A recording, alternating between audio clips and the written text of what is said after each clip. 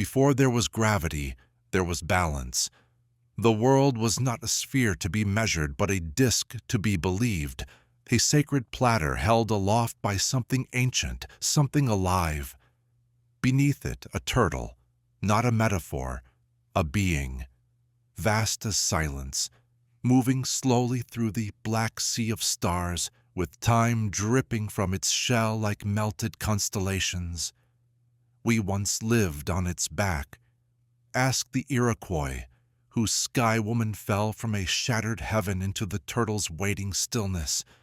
Ask the Chinese scribes who spoke of the god Ao, his limbs sliced and stretched to hold up the heavens, his shell repurposed to shape the land.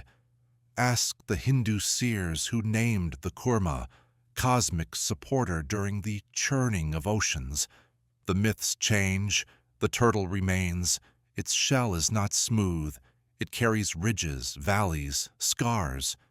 Upon it, trees grow like memories. Rivers run like thoughts we forgot to question. Mountains rise where we once buried gods. We believed this because it was beautiful, and because beauty repeated becomes law. The sky, we said, was a bowl, curved above us, painted with stars like thumbprints from the divine. And beyond the edge of the earth, we whispered of falls, of dragons waiting, of eternal night wrapped around the rim of the known. Maps were drawn with sea serpents coiled at their margins, not because we saw them, but because we needed them. We needed an edge to stay inside of. We needed a limit to dream against. Infinity is too loud, too blank. So we gave the world borders, and beneath it, we gave it breath. The turtle's breath, steady and unfailing. We believed this not because it made sense, but because it sang. The myth was repeated at fire circles in carved stone in lullabies, and repetition, like waves, wears truth into the shoreline of the mind. In the dream logic of early humanity, we did not float in space. We were held, cradled, grounded not by mass and velocity, but by myth and motion. It is easy now to laugh at such beliefs, to draw neat timelines and circle the flat earth with red ink, as if ideas were fossils, and we, the final form. But what if belief is not something you have? What if it's something you stand on? And if enough people stand, speak, and sleep upon the same belief, does it not become a kind of earth? Even now echoes return. There are those who say again, the earth is flat, not for logic, but for longing, a longing to return to a world with edges, a world where the sun rises not because of axial tilt, but because someone somewhere makes it rise. In this way, the turtle never left. Its shell may no longer carry geography, but it carries our instinct for narrative gravity, for origin myths shaped like questions we've stopped asking. Why this world? Why this sky? What holds this story together? The ancients answered with the turtle. And the turtle never argued. It does not care for science or metaphor. It moves beneath it all, indifferent and eternal. Its shell is a library of forgotten cosmologies. Its eyes are pale with the dust of uncountable seasons. It has carried ice and flame. It has carried gods both revered and ridiculed. And still it carries. We do not know if the turtle knows we left, if it noticed when we climbed into rockets and declared the earth a sphere. Perhaps it breathed a little slower. Perhaps it felt lighter. Or perhaps it never carried us at all. Perhaps we carried it in story. Because that is the paradox. The turtle may never have existed, but it is real. It is real in the way that dreams are real before you wake. In the way a story, told often enough, bends reality around it like gravity. In the way memory softens fact into meaning, the turtle is an archetype carved into the neural coral of collective imagination. And like all great myths, it survives the truth. So tonight, before sleep takes you, lie flat. Feel the world beneath you. Imagine its edges curling slightly upward, like a plate in a gentle hands.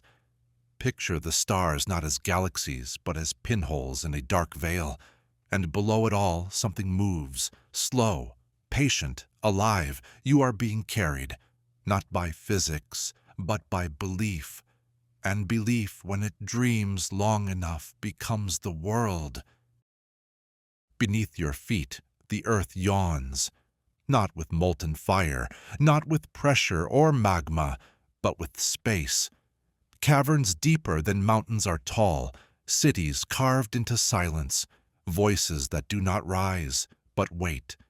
Because for as long as humans have looked to the sky for gods, they have also dug downward into the dark, into the impossible, searching for something older than heaven. This chapter does not begin at the surface, it begins below it. There are stories of Agartha, the radiant city beneath the crust, where advanced beings hum with hidden light, where peace pulses in rhythmic chants that shape matter. A utopia, untouched. Theosophists say it's still there. Beneath Tibet or the poles, shielded by illusion and impossible distance. Others speak of tunnels, networks of labyrinthine routes connecting sacred sites across continents, temples whispering to caves, volcanoes remembering voices that passed through centuries ago. Some say monks guard the entrances, some say the military does, some say no one guards them, because no one returns. And then there is the sound. In 2011, a deep earth microphone caught a noise, low, pulsing, almost mechanical. Scientists called it seismic resonance, but others heard it differently. A chant, a machine, a warning. The sound of something alive beneath the crust. Listening back, what if the center of the earth is not hot but hollow? Not an iron core, but a dark sky held upside down, a hidden sun glowing inward, a place where gravity folds, where down becomes in, and in becomes infinite. In old maps, Antarctica wasn't ice, it was entry. The poles weren't caps, they were doors. And some believed we lived not on Earth, but inside it. In these myths, the Earth is a womb, and those who enter are reborn. Sometimes they return speaking languages no one knows. Sometimes they never return, but the caves echo with their thoughts. And sometimes you hear the story from someone who never left their town, but whose eyes say they've seen sunlight that doesn't come from above. There are hollow earth maps, etched by hand, annotated with names: Shambhala, Telos, the vaults of the Serpent Kings. They're not GPS accurate, but they do not claim to be. They are not maps of space. They are maps of belief.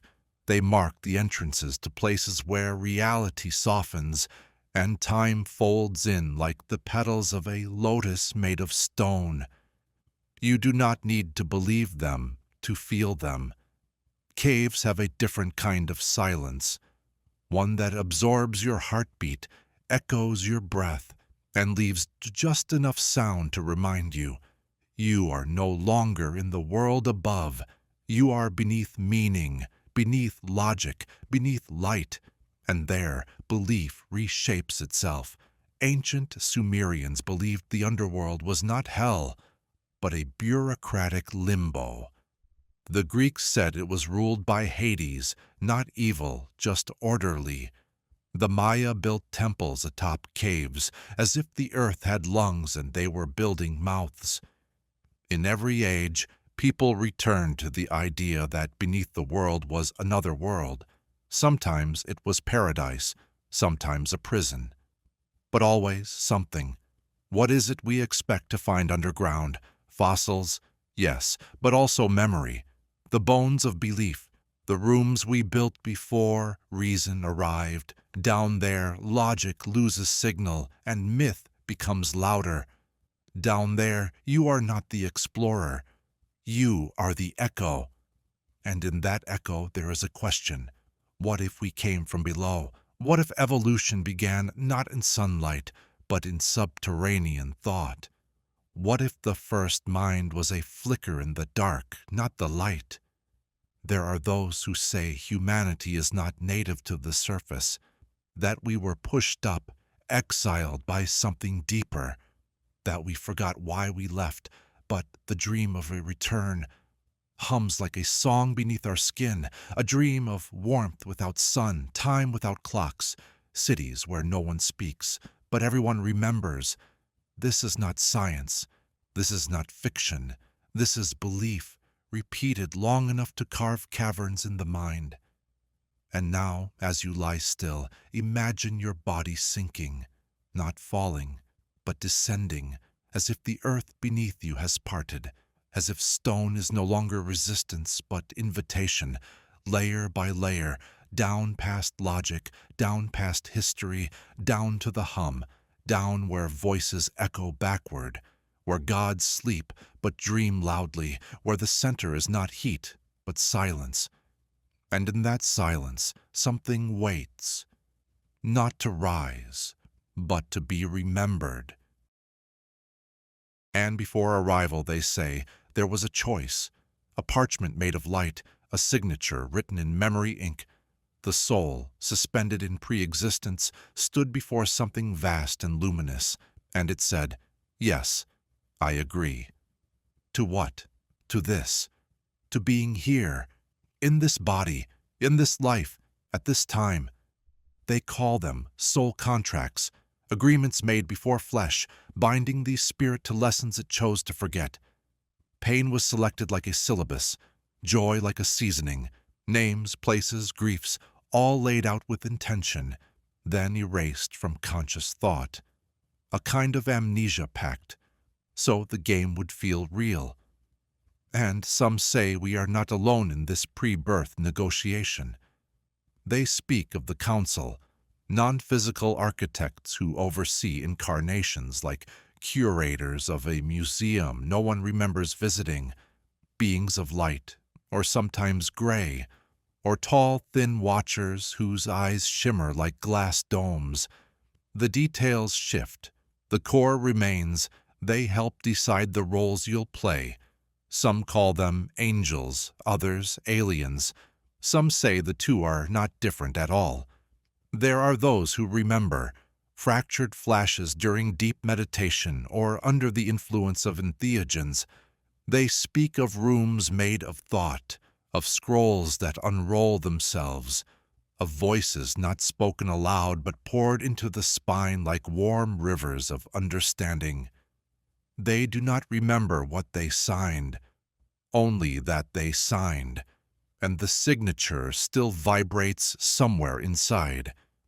In this myth, life is not random, it is orchestrated, but the music is chosen blindfolded, and the dance learned through bruises. The betrayal you suffered was not punishment, it was a lesson both of you agreed to. Your enemy was your soul's accomplice, your heartbreak an appointment made long ago. This belief does not ask for proof. It is not a religion. It is a framework, a lens, a way to make meaning of chaos, and it echoes across cultures.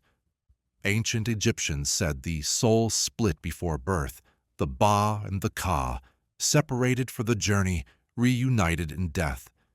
Hindus speak of karma as inherited agreement. Gnostics claimed earth was a trap, but entered willingly to illuminate it from within. Modern variations echo in the starseed doctrine. In it, you are not even from here. You were born on another world, Pleiades, Arcturus, Sirius, and incarnated on Earth, not to escape, but to help, to anchor higher frequencies, to remember slowly that this density is not your home, that the heaviness you feel is not weakness, it is friction, and friction means transformation. There are questionnaires, traits, lists. Do you feel like an outsider? Do people often tell you you're intense? Do you dream in languages you don't know? as if spiritual immigration comes with customs paperwork. Skeptics laugh. But for those who resonate, the belief acts as balm, because it says you are not lost, you are embedded, not broken, just disguised. And if you remember why you came, even dimly, the pain sharpens into a tool. Suffering becomes signal. Synchronicities stack, numbers repeat, the veil thins. And the contract, signed before stars, begins to burn with recognition. Sometimes it's just a feeling, like gravity tugging not down, but outward, towards something you cannot name, but ache toward nonetheless. A voice behind your thoughts that whispers, not in words but pulls, and you think, I agreed to this, didn't I? This is not science. It is myth draped in cosmic robes. It is belief structured like a spiral staircase, each loop returning higher, deeper, closer to remembering. And whether real or not, it functions.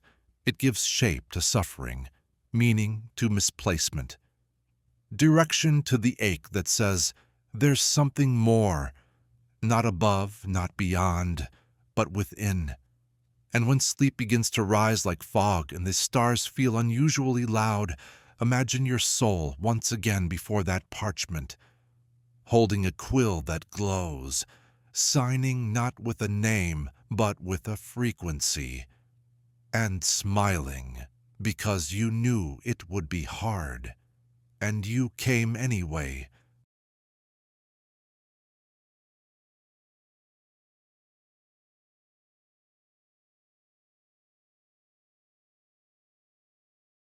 It stares back. The moon, pale and perfect, floats above the world like a memory no one made.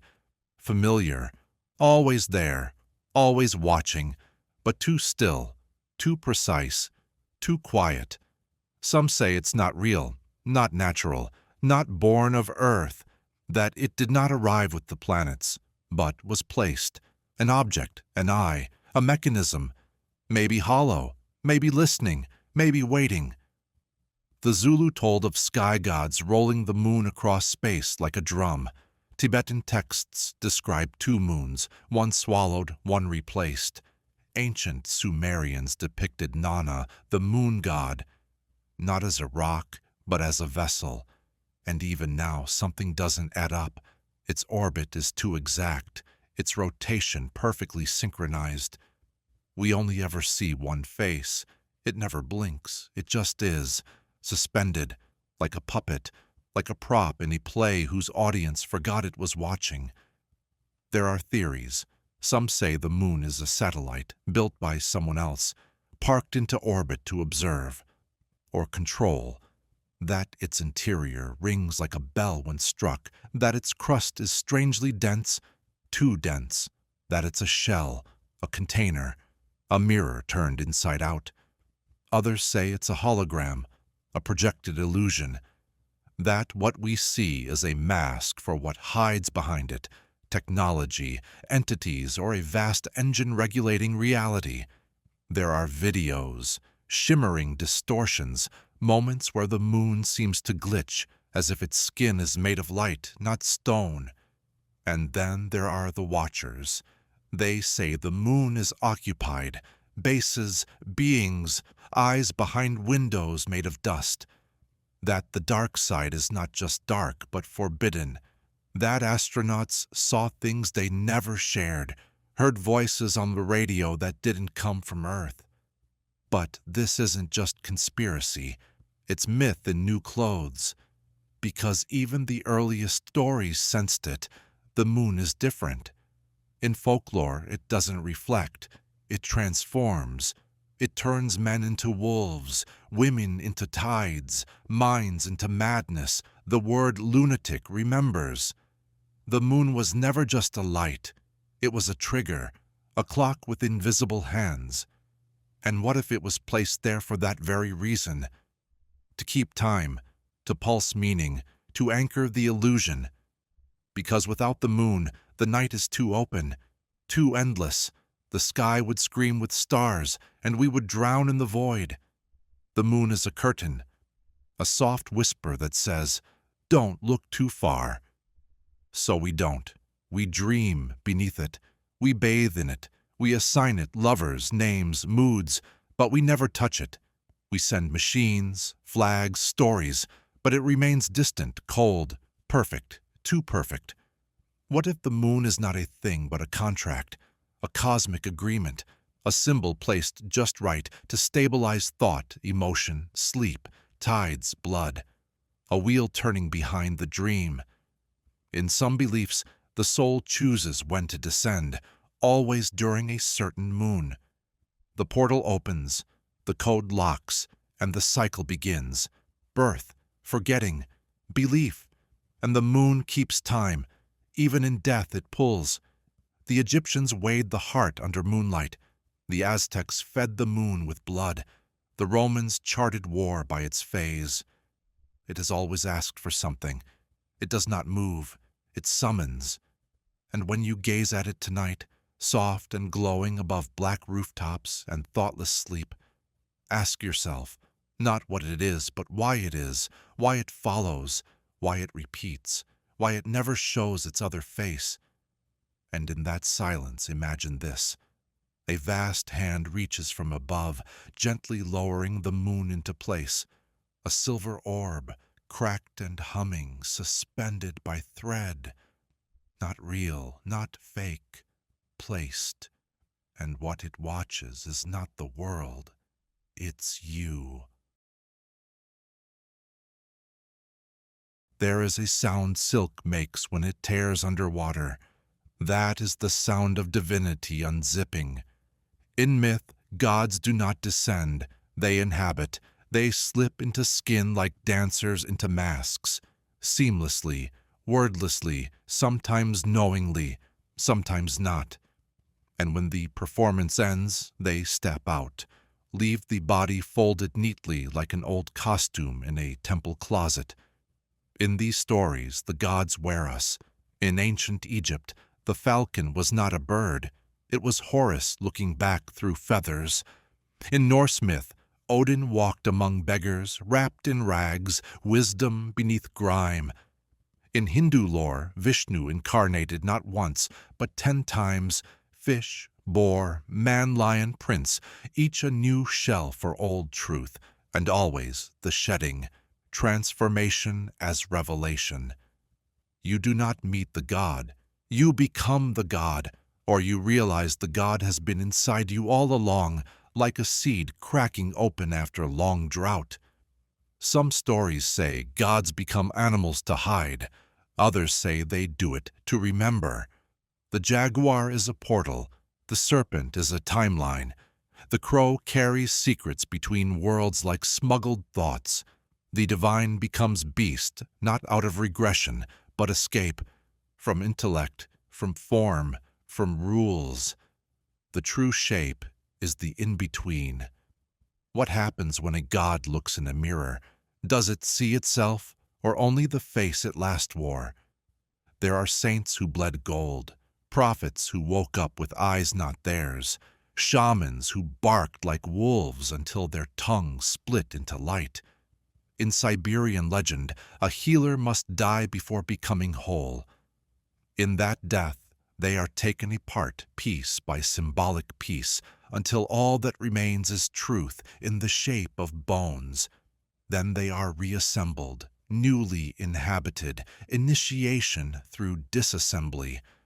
This belief lingers in modern skin, the actor who loses themselves in a role, the activist who speaks as if channeled, the child who draws maps of cities they've never seen, all hints, all echoes, all skin shifts. Some call it possession, others divine madness, but perhaps it's neither. Perhaps it's the body remembering an older user, like a glove once worn by lightning. And what of the serpent? The serpent is the spine of this myth, the original shapeshifter. Neither mammal nor man, it sloughs off the old to reveal the untouched. Not healed, replaced, not evolved, re-expressed. In Eden it spoke. In Egypt it crowned pharaohs. In Mesoamerica it flew. Why? because the serpent never settles. It coils, it transforms, it uncoils, it becomes. And in its becoming, we glimpse our own. What if enlightenment is not the attainment of stillness, but the ability to change form without losing center? What if the gods are still here, not as thrones and clouds, but as movements and faces? What if when someone you love suddenly seems other, it's not delusion, but visitation? Would you recognize it, or would you mistake the miracle for a mood? The divine wears many skins: rage, joy, sorrow, silence. And we, confused by language, label it emotion. But what if it's just proximity, the shimmer of the eternal brushing against the membrane of your life? There is a myth from the Dogon people that the Creator hid inside clay and became man.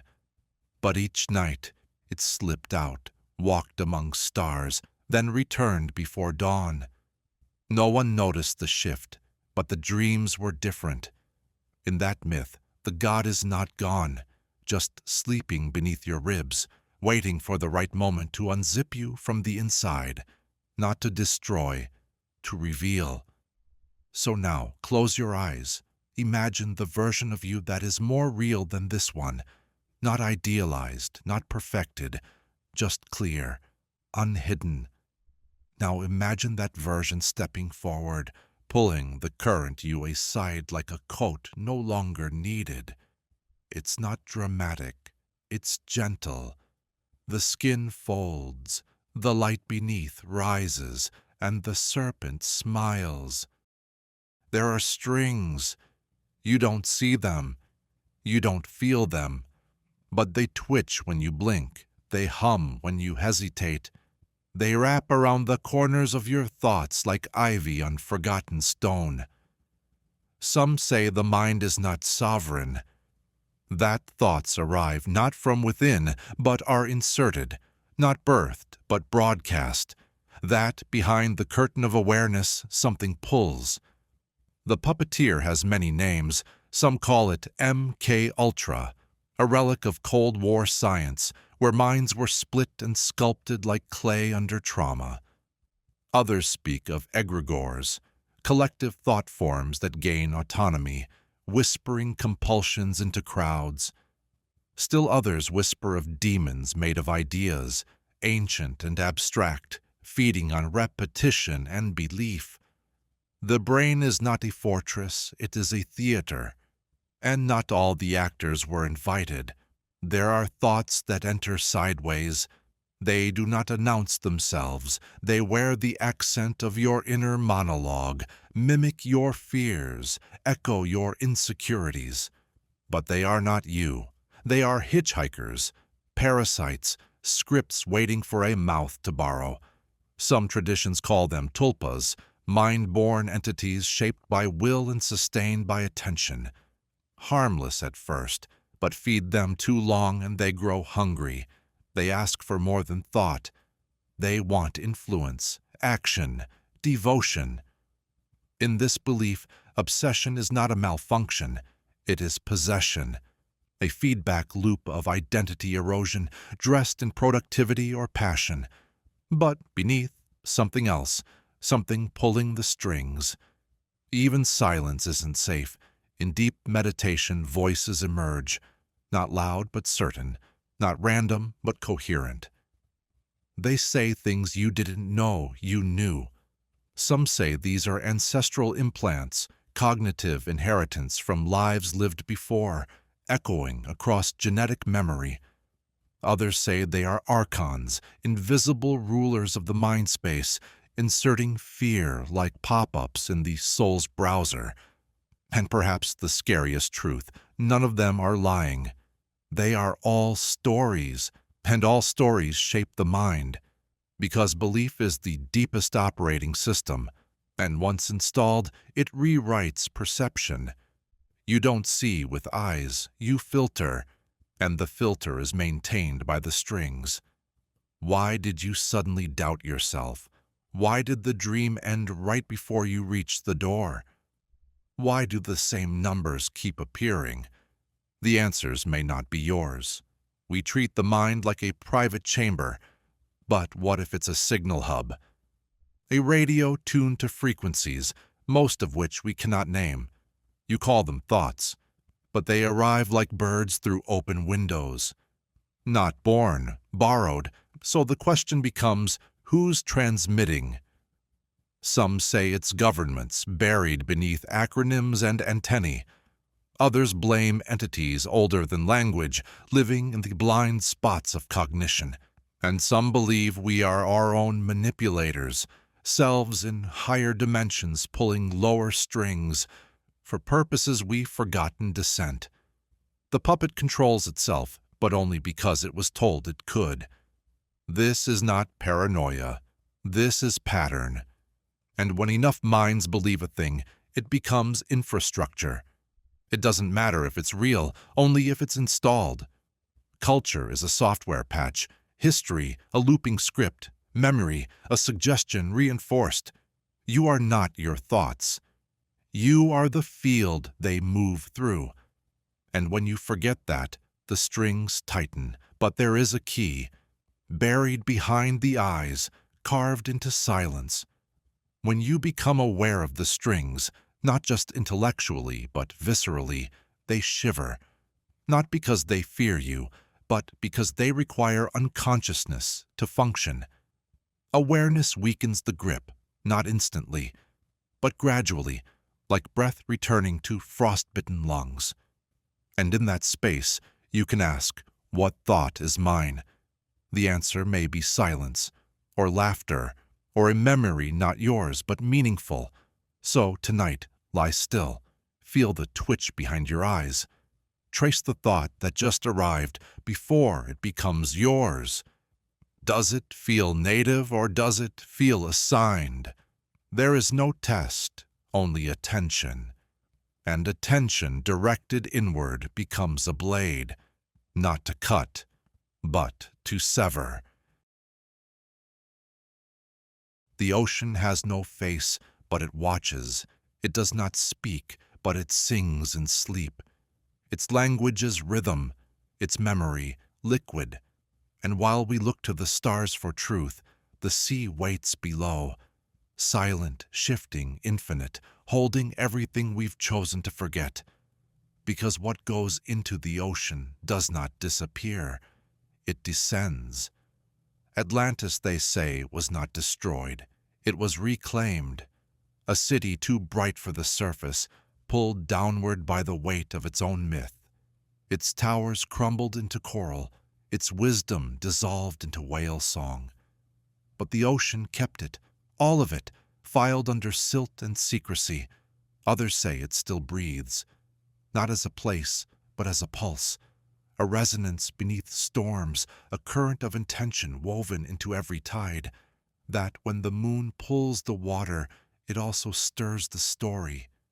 You felt it, that ache when looking out at endless sea. Not fear, not longing, recognition, as if some part of you remembers being water, being wave, being deep, and maybe it does. In many traditions, we come from the sea, not biologically, spiritually. The Yoruba say the first humans emerged from the surf, shaped by Yemoja, goddess of the ocean womb. The Polynesians speak of islands born from the dreams of sea gods, and in the Vedas, the cosmic waters existed before time, holding all potential like sleep before the first thought. The sea was never just water, it was a memory field, a dreaming skin wrapped around the earth, and some say it still dreams. They speak of mermaids, not Disney's versions, but ancient ones, wild, dark, with teeth for memory. Sirens who sang not to lure, but to warn, who pulled sailors down not out of malice, but to show them what lay beneath their own masks. There are stories of people disappearing into the ocean, only to return years later with eyes like black pearls and voices that vibrate too low.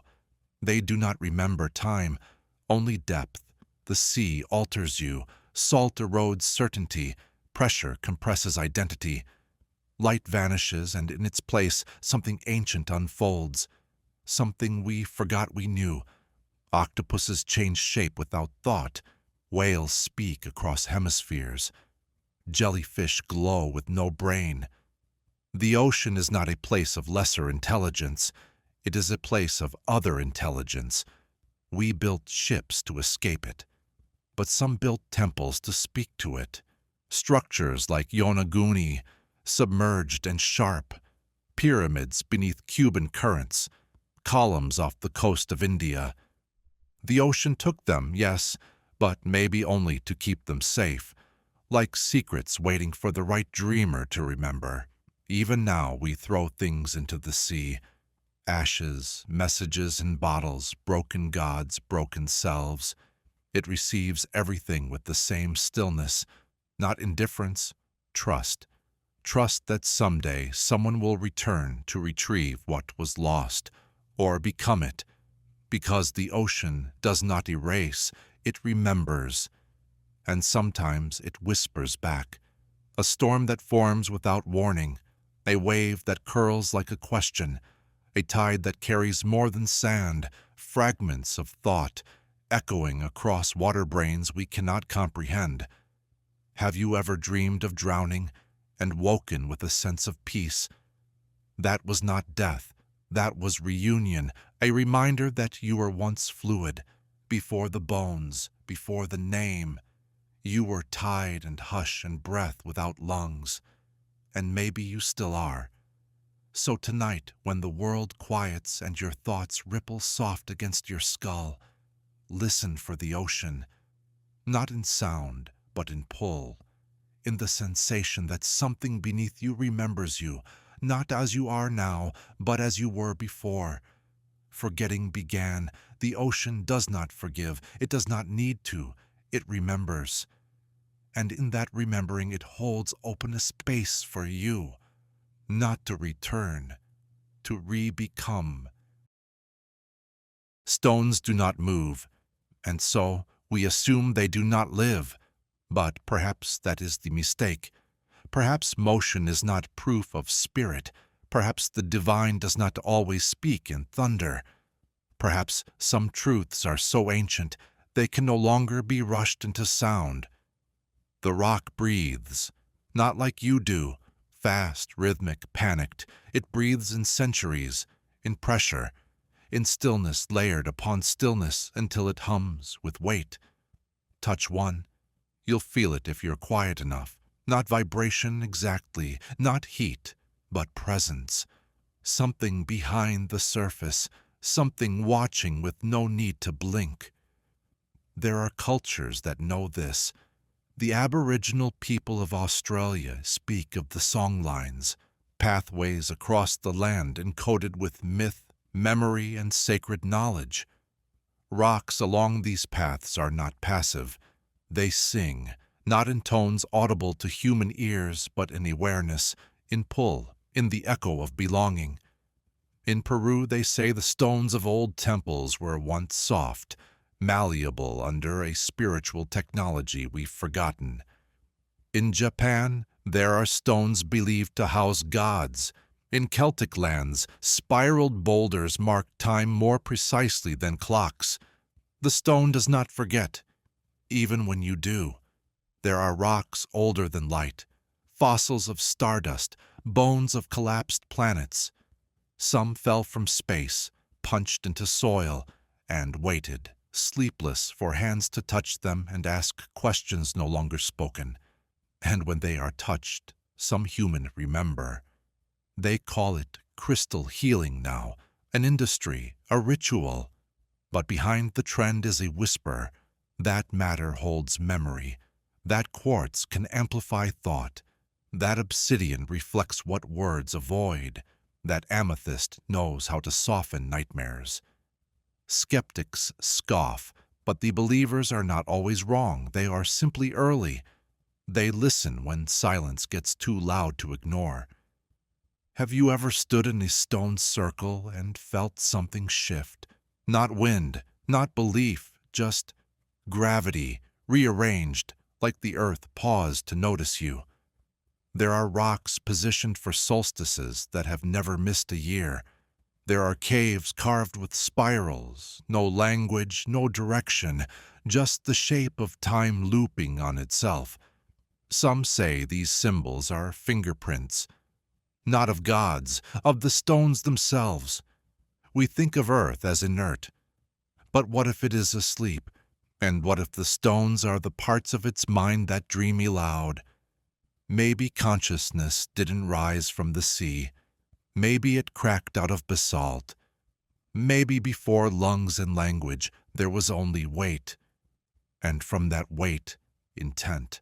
Stones don't seek, they hold, they anchor belief, they archive emotion.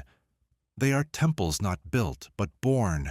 When humans feel lost, we build cairns, pile rocks, leave stones on graves, not to decorate, but to declare continuity. You are still here. I am still part of this. This happened. Rocks do not answer. They absorb. They let us leave what we cannot carry. And sometimes, if the moment is still enough, they exhale. Not air, meaning we do not receive in words, but in spine chills, in sudden quiet, in dreams shaped like spiral caves. The breath of rocks is the breath of memory, of endurance, of the slow pulse of being that has no need to rush. So tonight, as your body softens and your mind curls inward, imagine a stone placed in your palm. Heavy, cool, absolute, not to explain, just to accompany, to witness the thoughts you cannot name, to remind you you are not the first to wonder, not the first to ache, not the first to seek shelter in silence. The stone has been here longer. It remembers the answers you forgot before birth. It does not need you to believe, only to listen. Time is not a line, it's a spiral. We just walk it so slowly that it feels straight. You wake, you age, you die. You imagine this path like a thread unspooling across a floor, neat and final. But in the deeper rhythms, the ones felt in dreams, in déjà vu, in the echo of a thought you've never had before, something curves. The past comes back, dressed as the future, and the future leaves footprints behind you. Ancient cultures never trusted linear time. The Maya counted in cycles, the Hopi drew maps without timelines. The Ouroboros eats its tail not to destroy but to continue. A loop, a loop, a loop, not repetition but recurrence, not return but deepening. We don't relive the same moment, we descend through it. Each time with more shadow, more light. That's the nature of the spiral. It repeats with depth. You've felt this before. That moment when an event unfolds and your body whispers, "This has already happened," not intellectually, viscerally, as if your cells remember before your memory does, as if you're not living now, but remembering forward. Some call it retrocausality, the future affecting the present. Time flowing backward in pockets like a river curving upstream. Others speak of dreams that predicted deaths, meetings, revolutions, of children who recall lifetimes they were never taught, of clocks that stop at moments of loss, not out of accident, but recognition. Time knows, and sometimes it leaks. In the dream logic of mystics, time is layered, not stacked like books, but wound like thread around a center that no one reaches. Every action ripples through all layers, backward, forward, inward. That's why your smallest choice echoes. Not because fate is watching, because you are watching. From above, from below, from other spirals that intersect only in glances, in dreams, in symbols, in the quiet pull that says, "Turn here." You do not move through time. Time moves through you, like breath, like blood, like gravity pulling memory into shape. In some traditions, the soul incarnates in clusters, not in sequence, but in resonance. 10 lives lived out of order, a death before a birth, a betrayal answered centuries too soon, and each spiral twists the soul into sharper relief. This is not punishment, it's architecture. Karma is not justice, it's gravity folding the spiral tighter until the pattern becomes clear. And what of prophecy? Not foresight, but recognition. The prophet does not see the future. They remember it early. They are spiral jumpers. Their minds slip sideways, and for a moment they see the whole structure. The way a hawk sees the path beneath the forest. What you call coincidence, they call sync, not chance, alignment, like gears turning in a dream engine older than stars. But here's the paradox. You still have choice. Even inside the spiral, you can step differently. Skip teeth, alter the tension of the thread. It will still spiral, but differently. It will still loop, but into a shape only you can cast. That is what makes you holy. Not your beliefs, your ability to bend the spiral into new forms. So tonight, close your eyes. Imagine your life not as a straight rope, but as a curling line of light.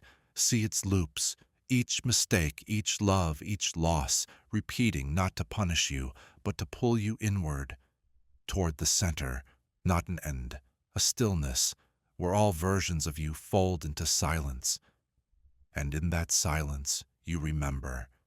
The clock does not tick, it turns. The room is never empty. Even when you're alone, there are presences, shadows that don't match the lighting, chills with no wind, thoughts that aren't quite yours, shaped like echoes wearing your childhood shoes. The dead are not elsewhere. They're near, so near that the only thing keeping them out is your decision not to notice. In many cultures, mirrors are veils, not reflections, but gateways. You cover them when someone dies, not for ritual, but to prevent them from slipping back in. Because glass remembers, because it watches in both directions.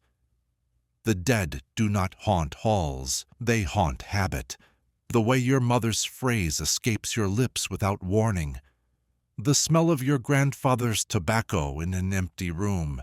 The name that pops into your head, uninvited, just before sleep. These are not memories, these are visitations. In Yoruba belief, the ancestors are not dead.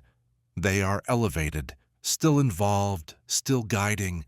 They live within the bones of your decisions, whispering through dreams, steering you softly away from mistakes they have already made. The Ghanaians bury their dead with phones carved from wood, because even the quiet need a way to speak.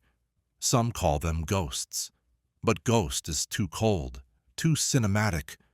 What we really mean is presence, residual, recurring, responsive, not stuck, intertwined. And sometimes they speak. There are photos where shapes form in windows, tapes that catch voices that weren't spoken, chimes that ring only once, precisely when the question is asked. The skeptic calls it coincidence, but the dreamer knows. The dead respond through rhythm. They answer in time, not in volume. You ask a question in grief. The answer comes as a bird on your windowsill, as a light flickering only once, as a smell, as a word on a stranger's shirt. They do not shout. They align, because they are no longer bound by form, only by meaning, and meaning is magnetic. In the Philippines, they call it panaginip, a dream that isn't yours, but arrives wearing your memories shaped by someone who loved you into being. The dead do not disappear. They change languages, and sometimes they speak fluently in silence. Not all spirits are gentle. Some knock, some repeat. Some want to be acknowledged, not worshipped. To be named, not exorcised, because they are not evil. They are unresolved, Grief is the friction left by souls that linger. We bury the body, but what buries the emotion? What buries the promises never fulfilled? The apologies left unsaid, the stories untold because we feared the endings.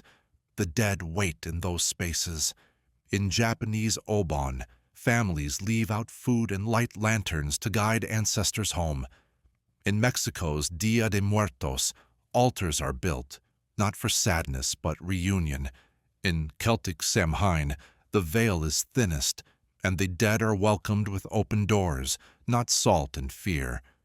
In these traditions, the dead are not gone. They are shifted, and that shift can be felt. That sudden urge to turn around, even though no one called your name. That pressure at your back when you cry alone. That dream where they appeared younger, smiling, saying nothing, but saying everything. You can't prove it. But proof is the wrong metric. Belief is not about evidence. It's about recognition.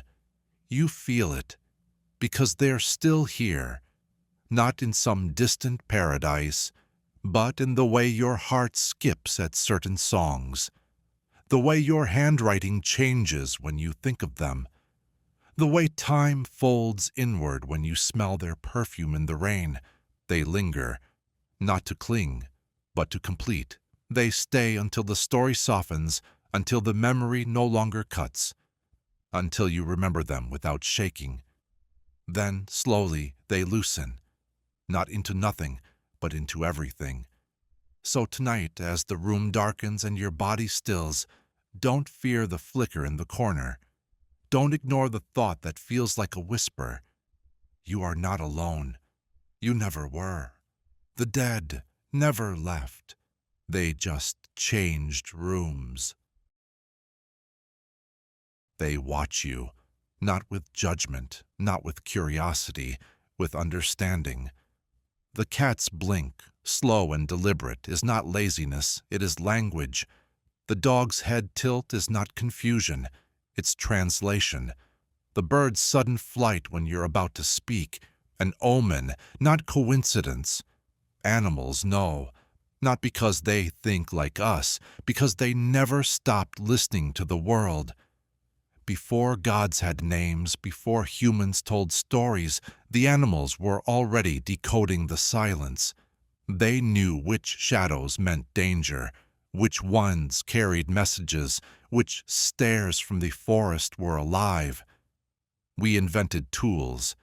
They kept their senses. They never left the web of awareness. In many traditions, animals are not other. They are guides, mirrors, vessels. In indigenous lore, the wolf walks beside the warrior, not behind. The crow is the trickster and the teacher. The serpent is death and knowledge. The butterfly is the soul, mid-migration. To the Maya, a hummingbird could carry a prayer. To the Egyptians, the ibis was memory made flesh, and to the dreamers, every animal is a frequency with fur, claw, wing. You've seen it. The way your cat stares at the corner of the room where nothing should be. The way your dog refuses to enter a space. The way birds vanish seconds before a storm. They are not reacting to matter. They are responding to pattern. They feel the tremor behind the thought, the breath behind the lie, the tension before the quake. They don't call it psychic. They don't call it anything. They just know. Some say animals see the spirit world directly, not as ghosts in bed sheets, but as layers, colors, shadows, shifts in vibration. Dogs bark at empty air not because they fear it, but because they recognize it. Cats walk between rooms and pause, not lost but mid-crossing. In Japan, the fox is a messenger of the divine. In the Arctic, the raven delivers prophecy. In your home, your pet might be your first guardian.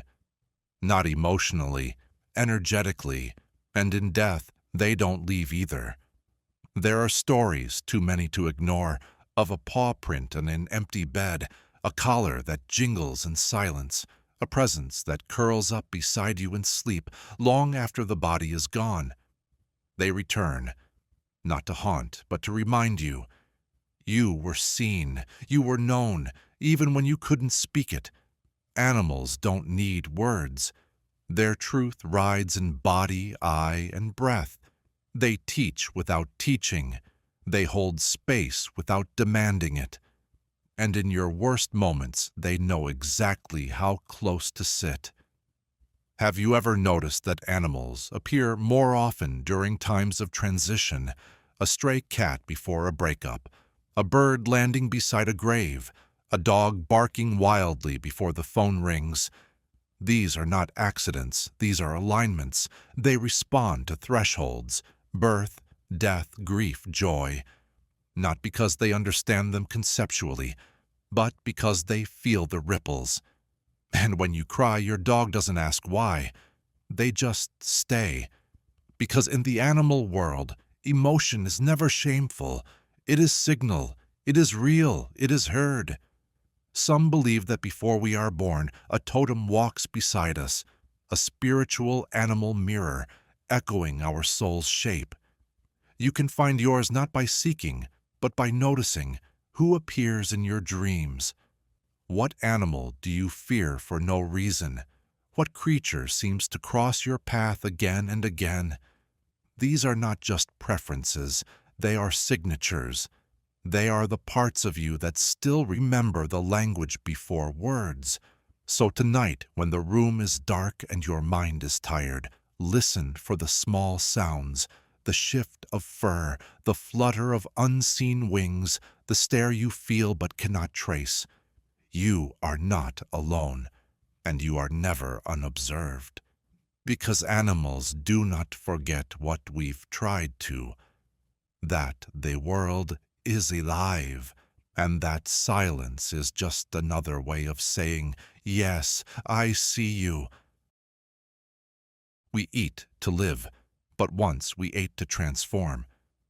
The act was never just survival, it was ceremony, not just to fill the body, but to fuse with something beyond it, a transmutation. Mouth first, because to consume is to merge. And when the meal is sacred, so is the change. In ancient rites, hearts were eaten to steal courage. Blood was drunk to gain memory. Flesh was shared to bind loyalty. Not barbaric, alchemical. To eat was to become. The Aztecs believed the gods fed on human offerings to maintain the universe. In return, humans ingested ritual flesh to taste the divine. Reciprocity, digestion as communion, hunger as alignment. In early Christianity, the Eucharist framed this paradox in wine and bread.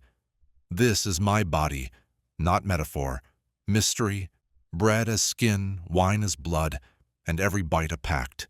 I take the divine into myself. You don't just worship the god, you digest them. The Vedic Soma was a drink of the gods, bright, golden, and possibly a plant lost to time. Those who drank it claimed to see with celestial vision, to taste the origin of sound, to become closer to God because they swallowed God. It was not symbolic, it was embodied. In shamanic cultures, psychedelic plants are eaten not for escape but entry, to meet the spirits within the leaves, to speak with vines, to kneel before mushrooms and have them rewrite your eyes. These plants are teachers, and they ask to be consumed, and in doing so they teach the old lesson. Divinity isn't above you, it's inside you, literally. There are myths of giants who ate gods and were cursed with knowledge, of animals who ate sacred fruit and became prophets, of humans who consumed the ashes of saints and woke with languages they'd never heard. These are not stories of gluttony, they are stories of transference. To eat the divine is to admit you are incomplete, that you lack something only myth can metabolize, and that in chewing, swallowing, absorbing, you change. Even now, modern rituals echo the old ones. Birthday cake carries wishes. Wedding bread binds hearts. The last meal of the condemned is a prayer disguised as calories, and funerary feasts, a way to eat beside the dead, to welcome them with flavor, to carry them forward bite by bite. Even outside ceremony, food holds memory. Your grandmother's soup, the taste of your first kiss in chewing gum, the silence of a meal eaten during grief. These are not just meals. They are rituals disguised as routine. And some things you eat without knowing why. The craving that arrives like a message. The urge for salt on a day when you feel invisible. The hunger for sweetness after loss. The body knows.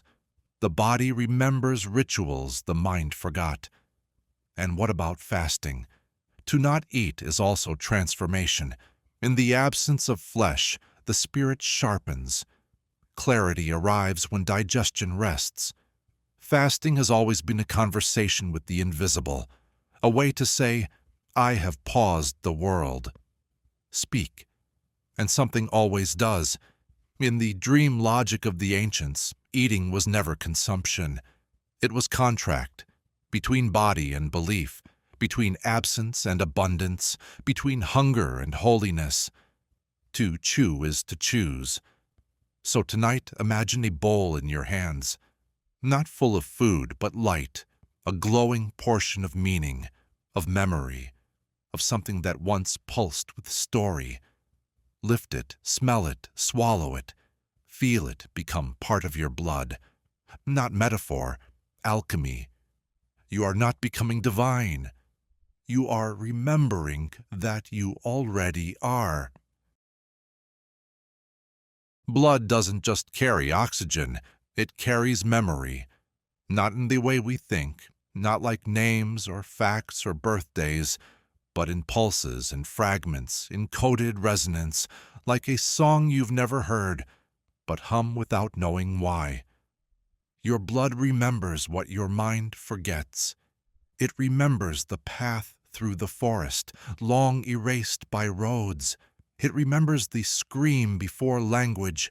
It remembers how it felt to kneel beneath a burning sky and swear allegiance to a God whose name we no longer speak. Inside your veins, inheritance, and not just genetics, emotion, myth, trauma folded so tightly it became instinct, pride distilled into posture, grief shaped into bone. This is not metaphor, this is architecture. In many cultures, blood is sacred because it's continuity. It is not yours, it is borrowed.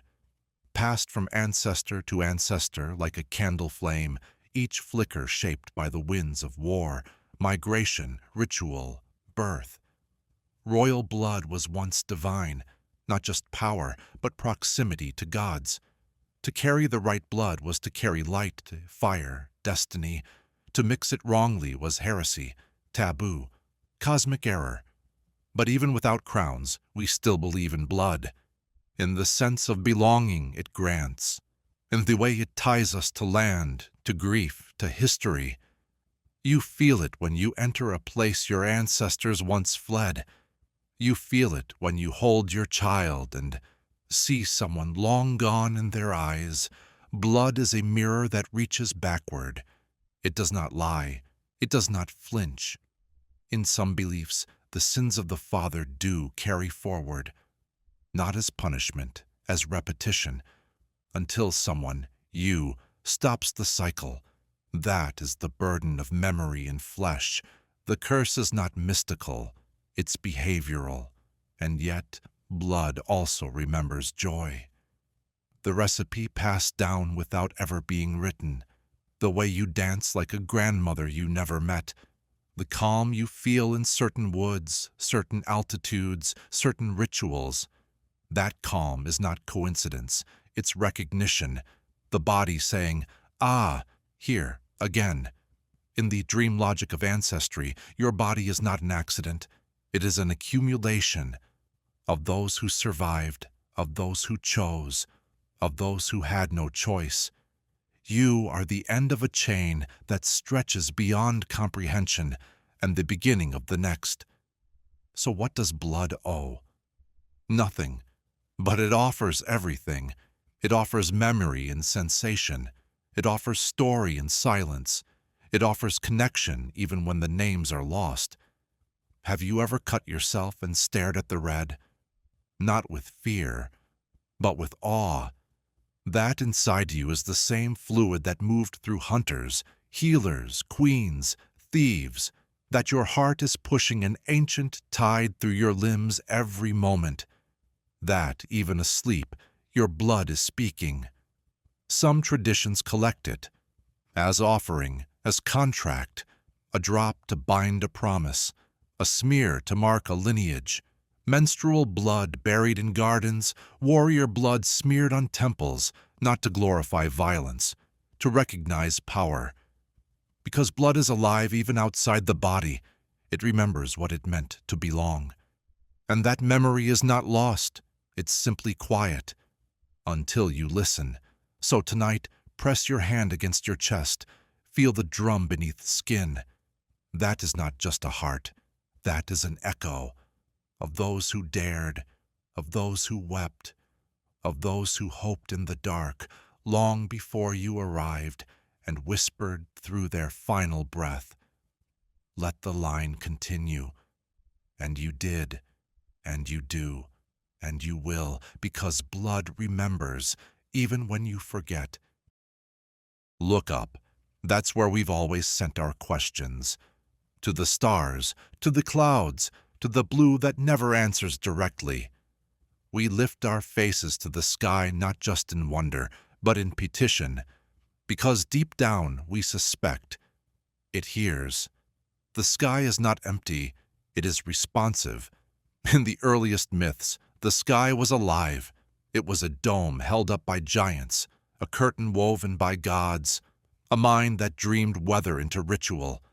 And lightning, that wasn't electricity, it was expression, a divine exhale, a warning, a flash of attention. Before we had satellites, we had ceremony. Rain dances weren't just metaphors, they were conversations, carefully choreographed requests. We offered rhythm. The sky, if moved, responded in water. In ancient China, dragons lived in clouds. Their movement brought storms, their silence brought drought. In Yoruba cosmology, thunder was the voice of Shango, roaring when balance was broken. In the Andes, lightning struck when the spirits of the mountains were angry or aroused. The sky wasn't passive, it had moods, and if it had moods, it had ears. We just forgot how to speak to it.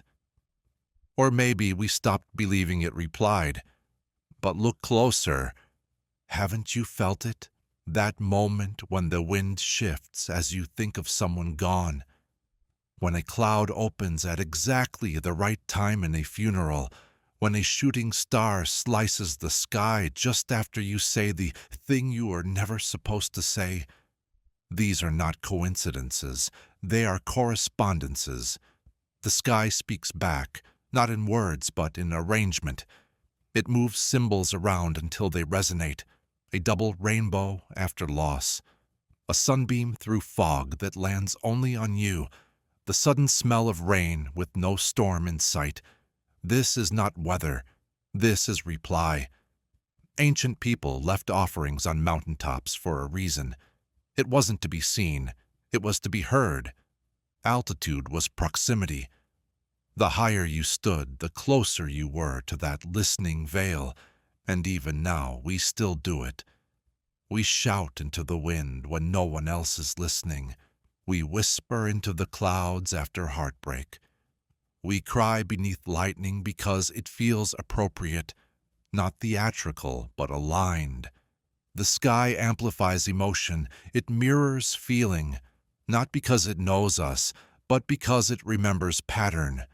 It remembers joy in volume. It remembers fear in static. It remembers gratitude in silence that stretches just long enough to be sacred. And thunder? Thunder is not noise. Thunder is the universe clapping back, not out of anger, but embat, but emphasis, like punctuation for a truth spoken too softly. That's why children cover their ears. It's not fear, it's reverence. They feel the sky calling too clearly. And adults, we build umbrellas, noise-canceling roofs, forecast apps. We pretend the sky is predictable. It is not. It is attentive. Have you ever spoken to it? Not aloud, not dramatically, just quietly, internally. And then waited? It doesn't answer in grammar. It answers in gesture. A break in the clouds, a flock of birds shifting at the exact right moment, a plane passing, carving meaning into blue. These are its syllables. You don't need belief. You need stillness. So tonight, go outside, or just imagine. You don't need stars. You only need the sense of above. Lift your eyes, lift your heart, ask something, anything, and then listen, not with ears, with pattern, with the part of you that used to be a priest in a forgotten tribe, the part of you that once drew constellations in the dirt, that once made offerings of breath and bone to the thing that watched from above. It's still there. It never left. The sky is not a ceiling. It is an ear. And tonight it's listening. Look up. That's where we've always sent our questions. To the stars, to the clouds, to the blue that never answers directly. We lift our faces to the sky not just in wonder, but in petition, because deep down we suspect it hears. The sky is not empty, it is responsive. In the earliest myths, the sky was alive. It was a dome held up by giants, a curtain woven by gods, a mind that dreamed weather into ritual. And lightning, that wasn't electricity, it was expression, a divine exhale, a warning, a flash of attention. Before we had satellites, we had ceremony. Rain dances weren't just metaphors, they were conversations, carefully choreographed requests. We offered rhythm. The sky, if moved, responded in water. In ancient China, dragons lived in clouds. Their movement brought storms, their silence brought drought. In Yoruba cosmology, thunder was the voice of Shango, roaring when balance was broken. In the Andes, lightning struck when the spirits of the mountains were angry or aroused. The sky wasn't passive, it had moods, and if it had moods, it had ears. We just forgot how to speak to it. Or maybe we stopped believing it replied. But look closer. Haven't you felt it? That moment when the wind shifts as you think of someone gone. When a cloud opens at exactly the right time in a funeral. When a shooting star slices the sky just after you say the thing you were never supposed to say. These are not coincidences. They are correspondences. The sky speaks back, not in words but in arrangement. It moves symbols around until they resonate. A double rainbow after loss. A sunbeam through fog that lands only on you. The sudden smell of rain with no storm in sight. This is not weather. This is reply. Ancient people left offerings on mountaintops for a reason. It wasn't to be seen. It was to be heard. Altitude was proximity. The higher you stood, the closer you were to that listening veil, and even now we still do it. We shout into the wind when no one else is listening. We whisper into the clouds after heartbreak. We cry beneath lightning because it feels appropriate, not theatrical, but aligned. The sky amplifies emotion. It mirrors feeling, not because it knows us, but because it remembers pattern. It remembers joy in volume. It remembers fear in static. It remembers gratitude in silence that stretches just long enough to be sacred. And thunder? Thunder is not noise. Thunder is the universe clapping back, not out of anger, but emphasis, like punctuation for a truth spoken too softly. That's why children cover their ears. It's not fear, it's reverence. They feel the sky calling too clearly. And adults, we build umbrellas, noise-canceling roofs, forecast apps. We pretend the sky is predictable. It is not. It is attentive. Have you ever spoken to it? Not aloud, not dramatically, just quietly, internally. And then waited? It doesn't answer in grammar.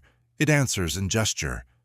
A break in the clouds, a flock of birds shifting at the exact right moment, a plane passing, carving meaning into blue. These are its syllables. You don't need belief. You need stillness. So tonight, go outside, or just imagine. You don't need stars. You only need the sense of above.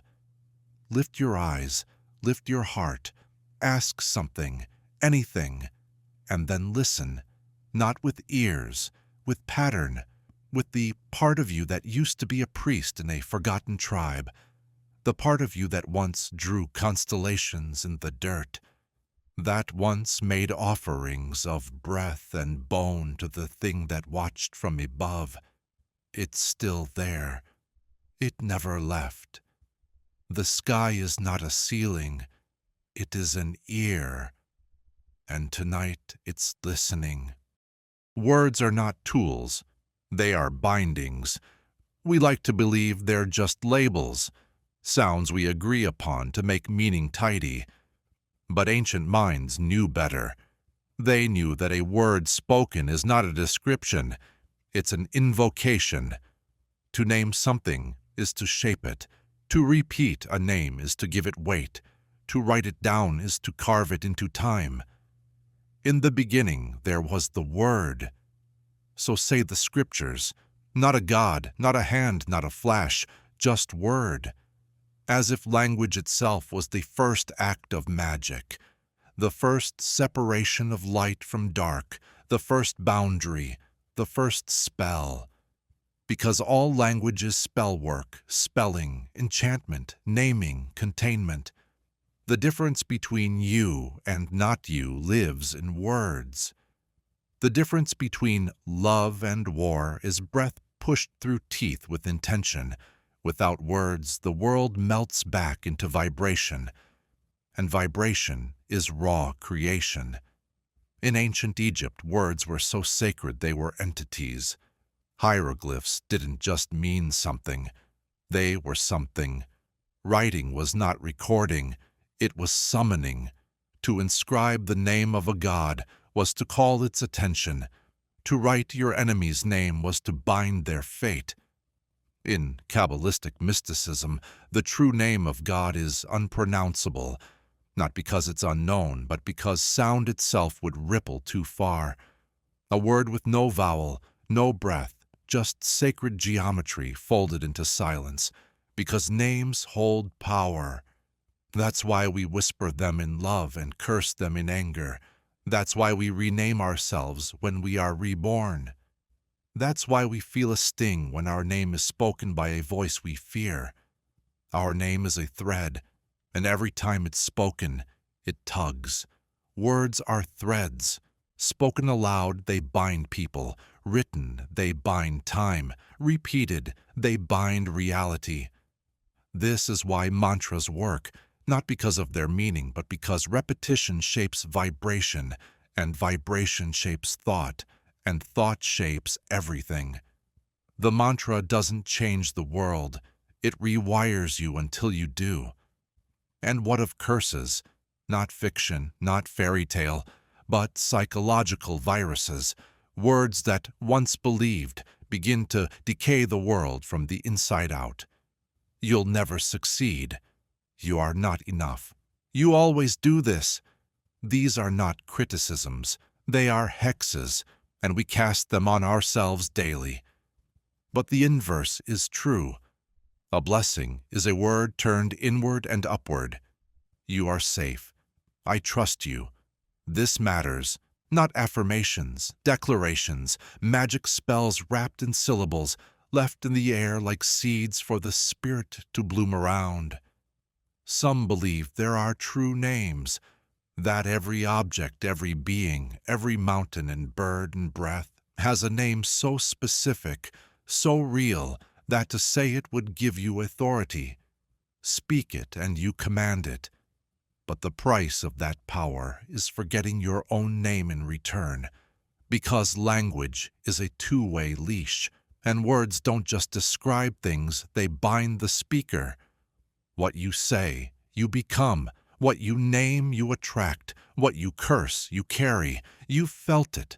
That shift when someone says exactly the wrong thing, or exactly the right one. A word at the right moment can split you open, or stitch you shut. It's not metaphor, it's architecture.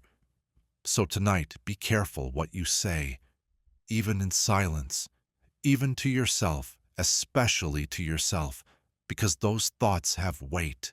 They loop, they grow teeth, they spiral around your ribs and become belief. And belief is the oldest binding of all.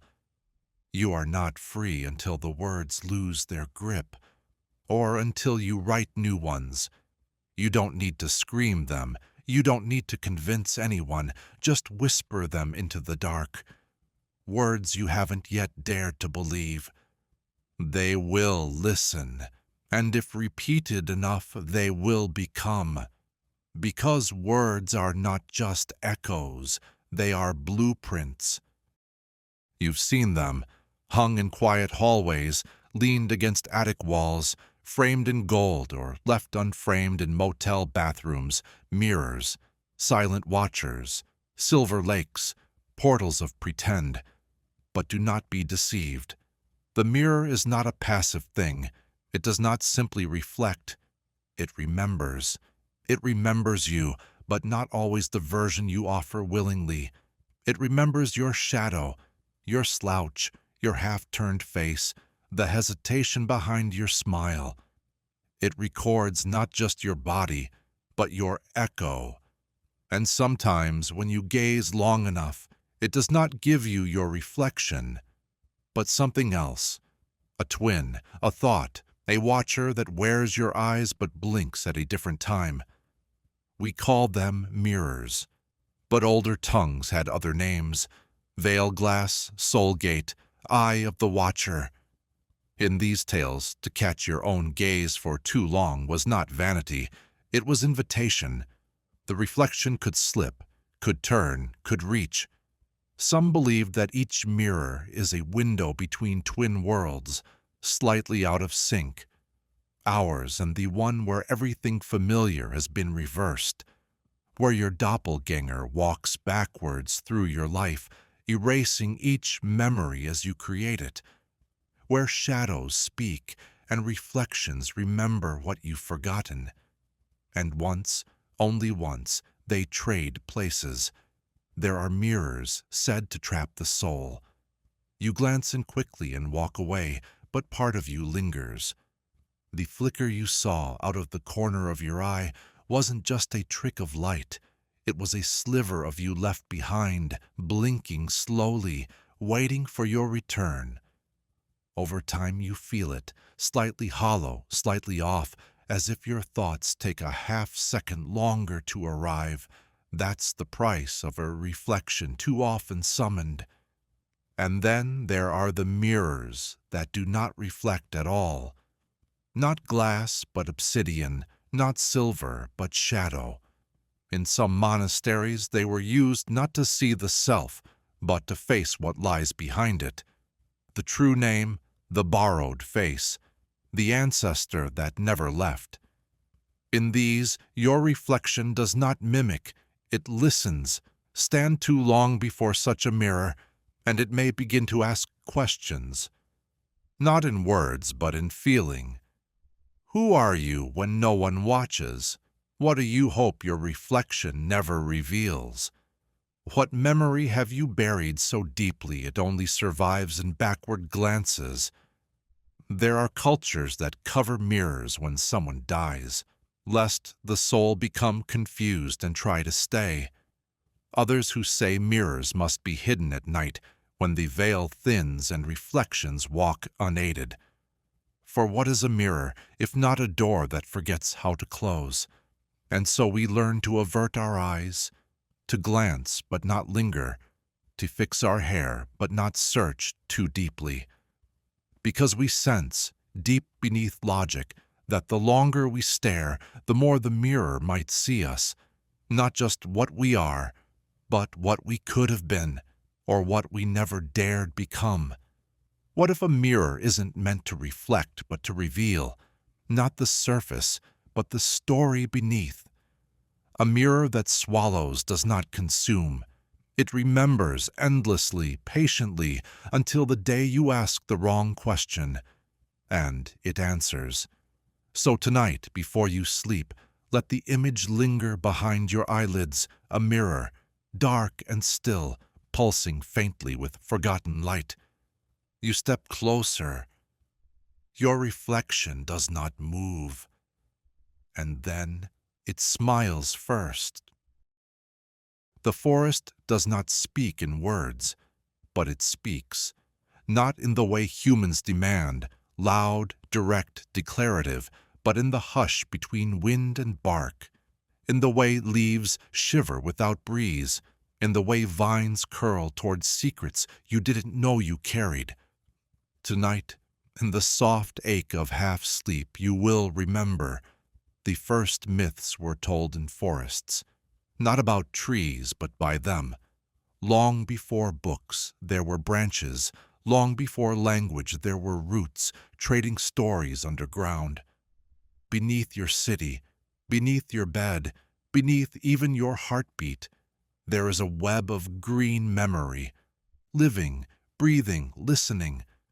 They say the ayahuasca vine dreams, not metaphorically, but truly, its chemical breath mingling with your neurons until you see not hallucination, but communication. The jungle offering symbols instead of syntax, a jaguar, a grandmother, a serpent with your name in its scales. They say tobacco sings, if grown in the right soil and smoked with reverence. That in some traditions it carries prayers like smoke letters to the other world, not burned for escape, but for binding. Tobacco is not a drug, they say, it is a messenger. And the trees, oh, the trees, some remember you, some recognize. The same cedar you touched as a child grows still, watching. The same fig you passed once during sorrow has not forgotten. In Siberia, they whisper to birch trees before confessing sins. In India, they tie red threads around people trunks to ask for blessings. In the Amazon, they drink the bark to enter other worlds, not because they believe in magic, but because the plants believe back. And in every ancient story, there is a forbidden forest, the one you are warned not to enter. But it's never because of danger. Not really. It's because in those woods, you'll hear it. The world without filters. The voice of earth, unsoftened, untranslated. And once you hear that whisper, nothing spoken by humans will ever sound quite right again. Some say that trees dream in centuries, that their thoughts move like tectonic plates, slow, enormous, patient. That to speak to a tree is not to get an answer now, but to plant a question that may bloom in a decade. And in places where forests have been raised, the silence is not natural. It is a wound. And wounds, if you listen closely enough, also whisper. They speak of forgetting, of roots once intertwined, of songs unsung. There are shamans who can walk through groves blindfolded and know the names of trees by the way their leaves brush the skin, not because they were taught, but because they remembered, because the trees remembered them. Ask yourself, have you ever stood alone in nature and felt watched, not threatened, not spied on, but seen? That is not your imagination. That is the intelligence of the green realm, brushing against the edges of your awareness. A leaf doesn't have to speak to carry intention.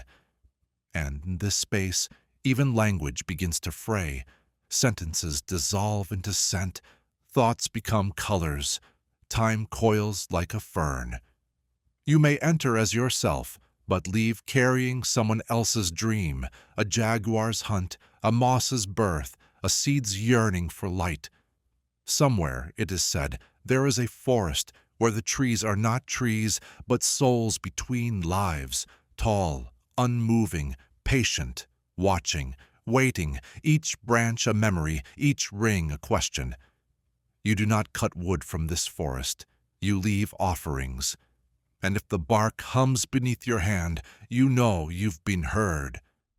So tonight, as the world dims and your thoughts begin to sprawl like ivy across forgotten walls, let the green silence find you.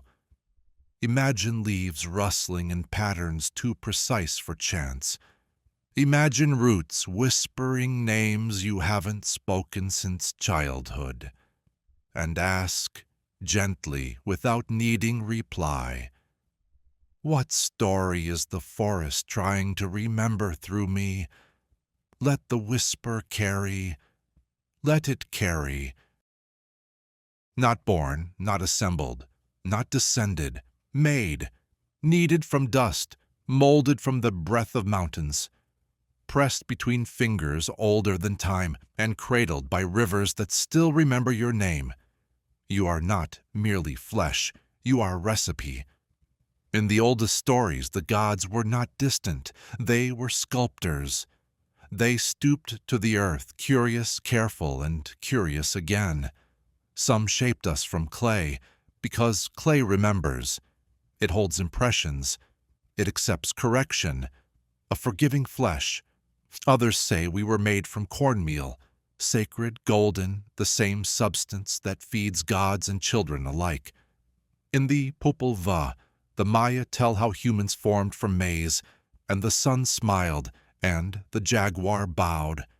Still others say bone, or stone, or ashes from forgotten stars, that we were formed not from one element, but from the leftovers, divine scraps swept from the table of creation and offered a second chance.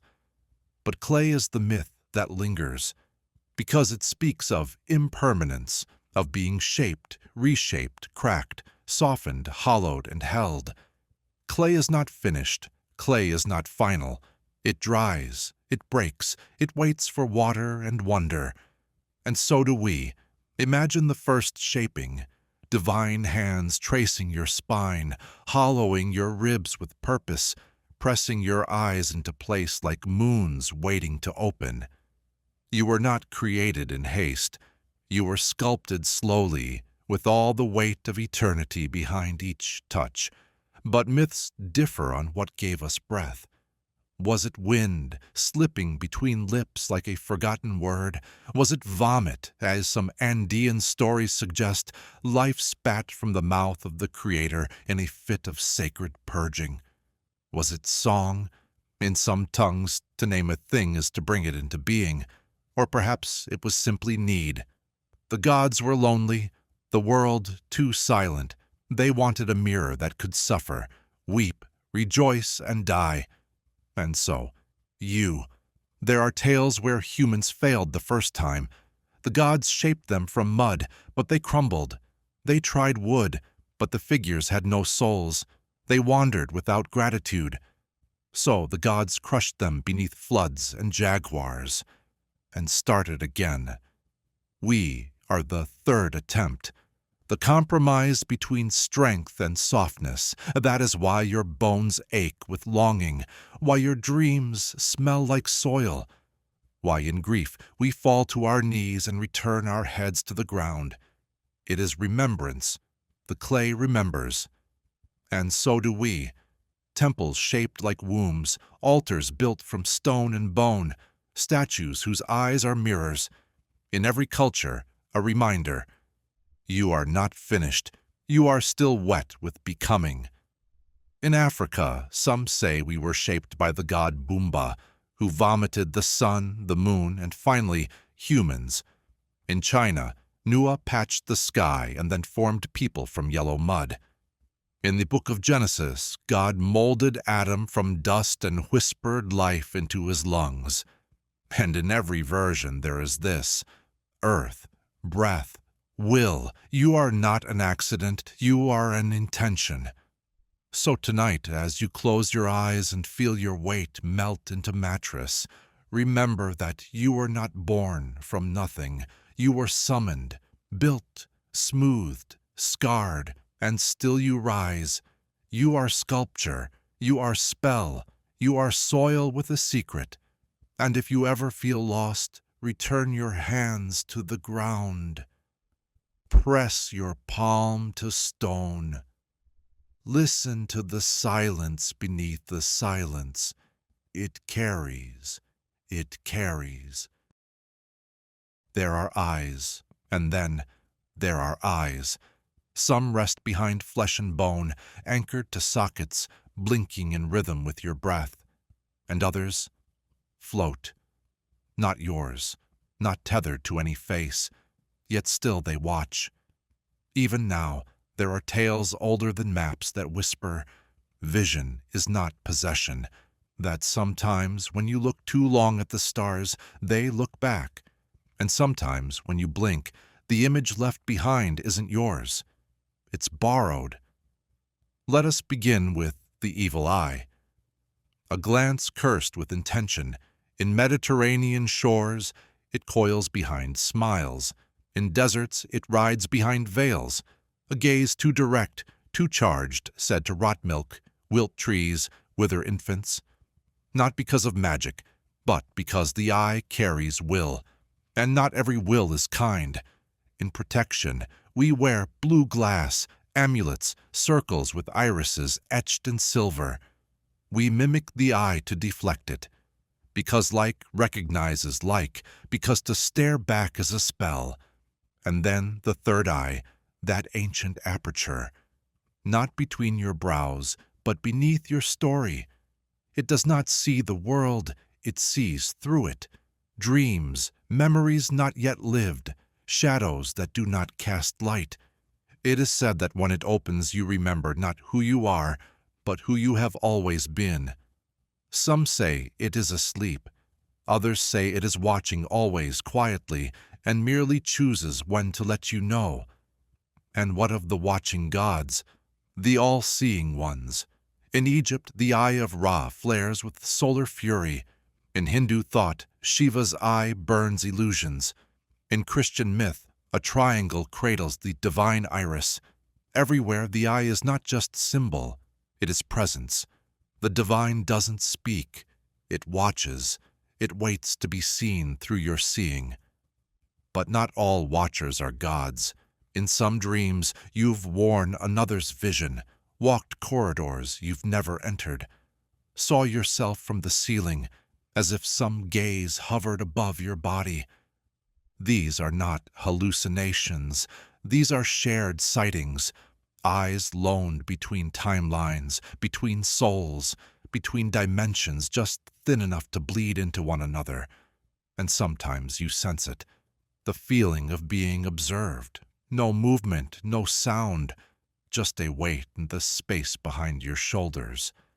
The mind rationalizes, the body knows. These are the surveillance spirits, the ones who keep no names. They do not harm, but they never blink. There are stories of monks in caves so silent they could hear their own blood. And there, in the hush, they began to see not with eyes, but from the eyes of others. Ants, trees, ancestors, each vision layered, each pupil a portal. Because perhaps the self does not end at the skin.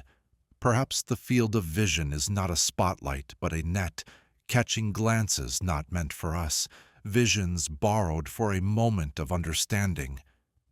And still deeper, the notion of the surveillance deity, a god not shaped by worship but by observation, that it exists because we believe we are seen, that our morality, our guilt, our restraint are not ruled by fear, but by the mirror of imagined eyes.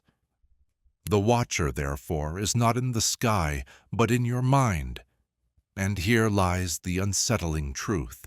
Sometimes the eyes you feel are your own looping back, a consciousness fragmented, a self so vast it must peer at itself from angles unknown.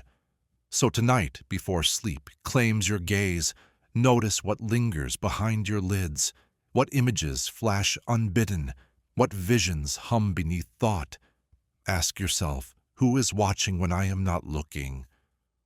Whose eyes do I wear when I dream? Because not all eyes see light. Some drink silence, some echo eternity. Fire is not what you think it is. It does not merely burn. It hungers, not for wood, not for air, for intention. Every flame is a thought made visible, a dream in combustion, a whisper from the void, devouring the shape of the world to reveal its bones. In ancient rites, we fed fire our hopes, scraps of cloth, herbs, teeth, names scrawled in ink. The fire did not warm us, it answered. It rose and danced and curled into shapes we dared to interpret. Because in that flicker something else stirred. Some say fire is alive, that it listens, that if you speak clearly enough, it will show you what you truly meant.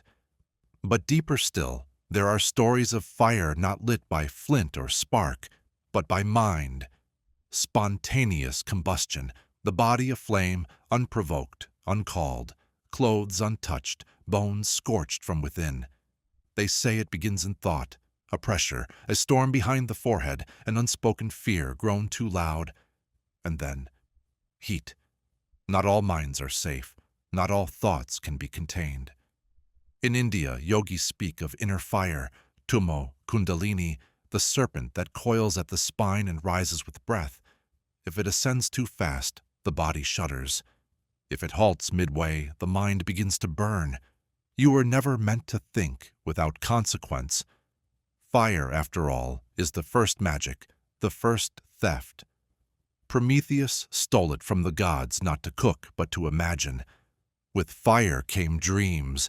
With dreams came disobedience. With disobedience, belief. And so in some cultures, fire is not a tool, it is a judge. You offer it what you dare not say aloud. And if it flares, if it sings as it eats, your thought is accepted. If it sputters, if the smoke strangles, your thought was not yours to offer. There are fires said to feed on lies. To tell an untruth while seated before a sacred flame is to risk being consumed, not by heat, but by the recognition of the flame. Because fire, unlike people, cannot be fooled. And what of mind fire? That ancient, flickering thing inside your skull, neurons sparking, beliefs crackling, ideas catching like dry leaves. One stray match, a sentence, a memory, a question you never meant to ask. And suddenly, inferno. You felt it, the way a single thought ignites a dozen others, the way a fear, once small, erupts and spreads, licking the edges of every certainty you thought you held. The brain is not a library, it is a forest in drought, and sometimes thought itself is the lightning. But fire is not cruel. It purifies, it strips, it reveals. That is why so many myths end in ashes, why phoenixes rise, why temples burn and are reborn with the same stones rearranged. To think is to risk combustion, but to avoid the flame is to remain unshaped. So tonight offer your mind to the fire, not to destroy but to reveal. Write down the thought you fear most, the one that glows at the edge of awareness. Feed it to the flame. Watch what remains, because fire does not care about lies. It only eats what is real. And in that hunger we are made clean. There is a silence deeper than sleep. It does not echo, it does not wait. It holds, and that silence lives in the earth, not beneath, not beyond, within. In every myth that speaks of beginnings, there is not sky, not flame, not thunder, but cave, hollow, wet, alive, a space that pulses unseen beneath the skin of the world, the womb. Caves were the first temples. Before there were altars, there were entrances shaped like openings, vulvas of stone, bleeding shadow. Our ancestors crawled inside, not to escape the world, but to re-enter it, to return to the chamber from which all stories are born. In ancient Crete, the god Zeus was hidden in a cave cradled by echoes. In Mesoamerican lore, humans emerged from 7 womb caves, each one breathing a different kind of soul. In the Andes, warriors returned to caves to die into ancestors, because the earth does not bury, it reabsorbs. Even now in dreams, you find yourself in tunnels, mazes, narrow passages of soil and bone.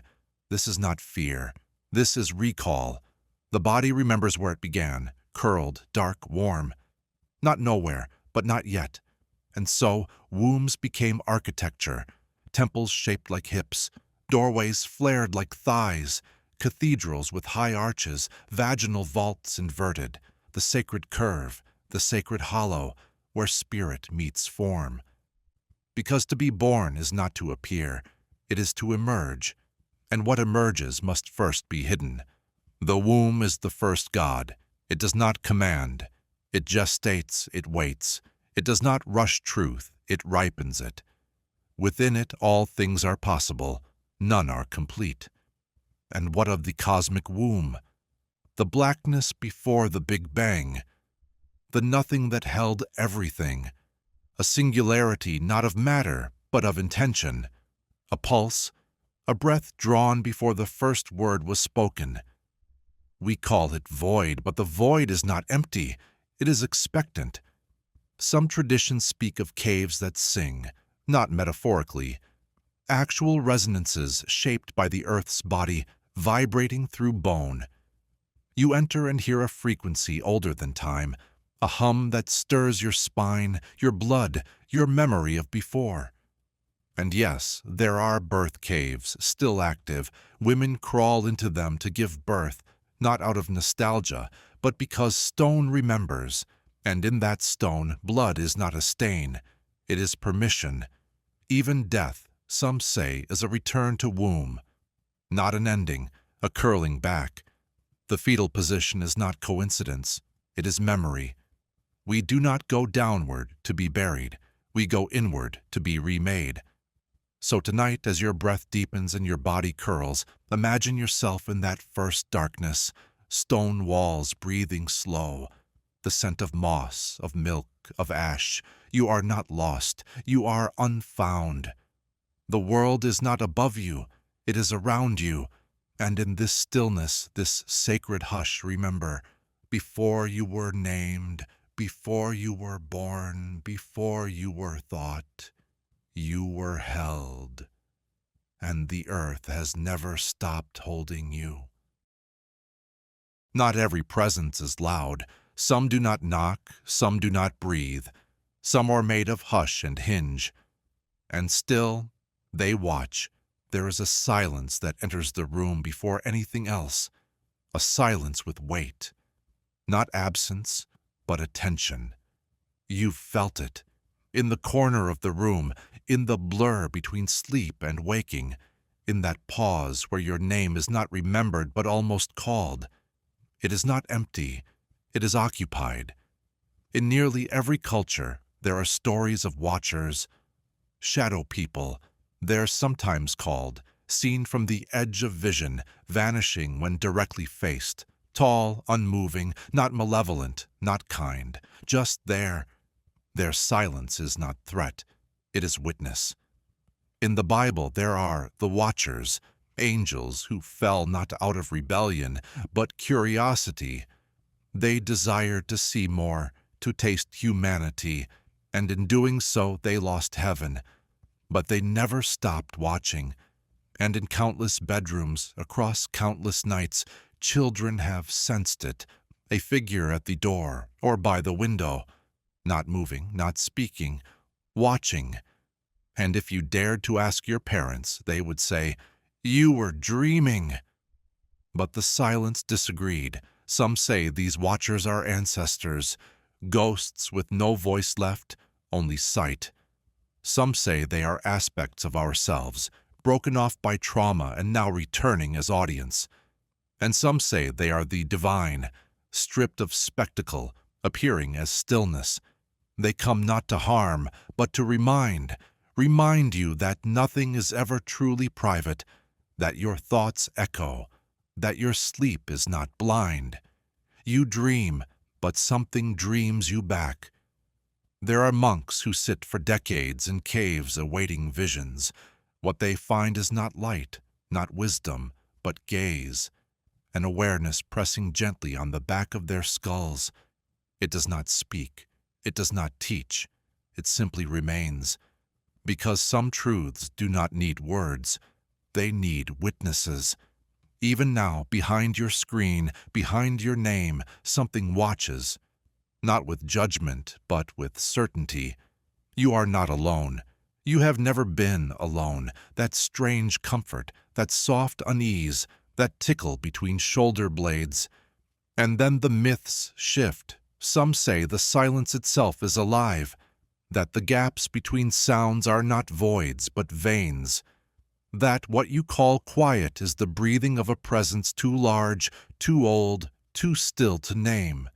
It does not move, but when you shift, it adjusts. It keeps distance but never departs. It is not waiting, it is witnessing. So tonight, when the house settles and your breath finds its rhythm, let yourself feel it. The space around you, the awareness curled inside the stillness. Don't name it, don't fear it, just know. You are seen. Not by God, not by ghost, by the watcher in the silence. And that, somehow, is enough. What if the body is not yours? Not fully, not truly. What if it is worn? A mask that fits a little too well, a shell that obeys but never asks, a skin that moves as if it remembers something else.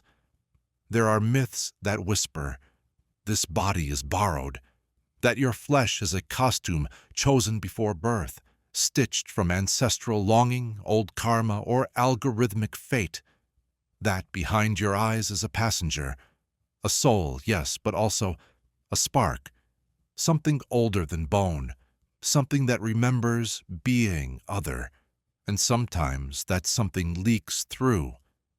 In old tales there are changelings, children swapped at the night, left hollow-eyed and strange. They looked the same. They spoke your name, but they were not what they wore. Parents wept, knowing the skin was familiar, but the soul had shifted. In modern stories we call it simulation, a world made of code, a reality with seams. You notice them, glitches in coincidence, repeated strangers, clocks that stutter. You feel it when déjà vu hits too precisely, when the wind moves wrong, when someone speaks and the words echo before they're heard. These are not errors, they are reminders that the world may be rendered, not grown, that your body is an avatar, that your life is not watched, but played. In sleep you sometimes leave the flesh, you float, you hover, you see yourself from above. And when you return, it takes a second too long to move your fingers, as if you're re-inhabiting, as if you've logged back in. There are others who feel it daily. They walk through mirrors, they slip between dreams and wakefulness, never quite fitting. Their flesh itches, not from skin but from falsehood. They speak of being walk-ins, souls that entered midlife, taking over from those who left. The memories remain, but the self is new. And what of body snatchers, doppelgangers, possessions? All these stories echo the same dread. This is not me. This is not mine. Something else lives here. Even science now speculates, are we just neural coral? Consciousness riding atop chemical waves, fooled by continuity. But myth knew it first. It whispered, flesh is not the truth, flesh is the theater. Behind it a chorus waits. So, who are you truly, the face in the mirror or the one behind the eyes? The dreamer or the dreamed? You touch your skin. It feels real. It bleeds when cut. But what if pain is part of the illusion, a signal to keep you believing? Even gods wore flesh to walk among us. Krishna, Christ, Quetzalcoatl. But they left signs, glowing wounds, strange silence, eyes too deep, because no mask fits forever. One day the seams will show, and when they do, you will not scream. You will exhale. Because somewhere deep inside, you have always known, this flesh was never yours. We do not fear death. We fear disappearance. And so, through myth and magic, through elixirs and blood and borrowed names, we chase the shimmer of something endless, something that does not break, that does not fade, something that whispers, "You will not be erased. Let us begin where the teeth bite." Vampires, the eternal hunger dressed in velvet and ash, they are not dead, they are not alive, they are the middle note between, and they endure, through centuries, through wars, through changing gods, because the body is not what they feed, it is the illusion of time itself. They drink, yes, but what they consume is decay. They trade in time, and in myth they always look like us, just untouched.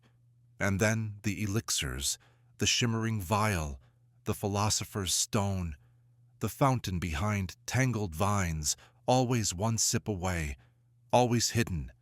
Alchemists promised it, a liquid that does not end, a cure not for illness but for entropy. They believed the body could be refined, boiled, purified into gold. But gold does not live, it only gleams. Still the dream persisted. Monks mummified themselves slowly, turning skin to relic. Saints refused to rot. Their corpses stayed sweet, and we called it divine, not because it was beautiful, but because it defied closure. In Tibet, it said some masters vanish entirely at death, leaving only robes or a smile. In Egypt, the pharaohs were embalmed with spell and salt, cocooned in certainty. They carved stories on tomb walls, not for remembrance, but as instruction manuals. Should they return, because return is the great hope, rebirth, resurrection, ascension, not endings, loops. Some say we reincarnate endlessly, that your next life is already waiting, shaped by this one, that karma is not punishment, it is architecture. The soul returns not for justice, but for continuation. You do not begin again, you reconfigure. Others believe the mind will be uploaded, that memory can be digitized, that immortality will not come in blood, but in code. You will live forever, not in flesh, but in data, in simulation, in whispering servers beneath mountains, humming your name into eternity. But ask yourself, what is eternal? A name, a story, a flame behind the eyes? Perhaps it is none of these. Perhaps immortality is not surviving time, but transcending its need, to be present so deeply that you no longer require later. The Buddha smiled at the idea of eternity. Christ wept. Gilgamesh wandered. All chased the same vanishing thread. And still, we build statues, carve our names, freeze our eggs, trace our faces in selfies, because something inside still says, I must be remembered. I must be. But what if immortality was never meant to be owned? What if it was something you passed through, like light or myth? So tonight, close your eyes not in fear, but in flame. Feel the flicker of yourself beneath the name. Know that even if this skin fades, even if this voice silences, you are the breath between stars, and breath does not end. There is a place beyond reason. No, it is not absence, it is overflow. A realm where thoughts speak in color, where time folds, where language spins into spiral and song. We call it madness, but in older tongues it was called something else: prophecy, vision, truth that burns too bright. In ancient courts, the fool wore the crown, not despite his madness, but because of it. He could speak what kings dared not. He danced on the edge of logic, and in doing so, saw the shape behind the veil. For madness, you see, is not disorder. It is unfiltered order, a pattern too vast, too deep, too tangled for daily minds to hold. Ask the mystics, ask the ones who starved in caves and laughed at fire, who heard voices not of sickness but of revelation.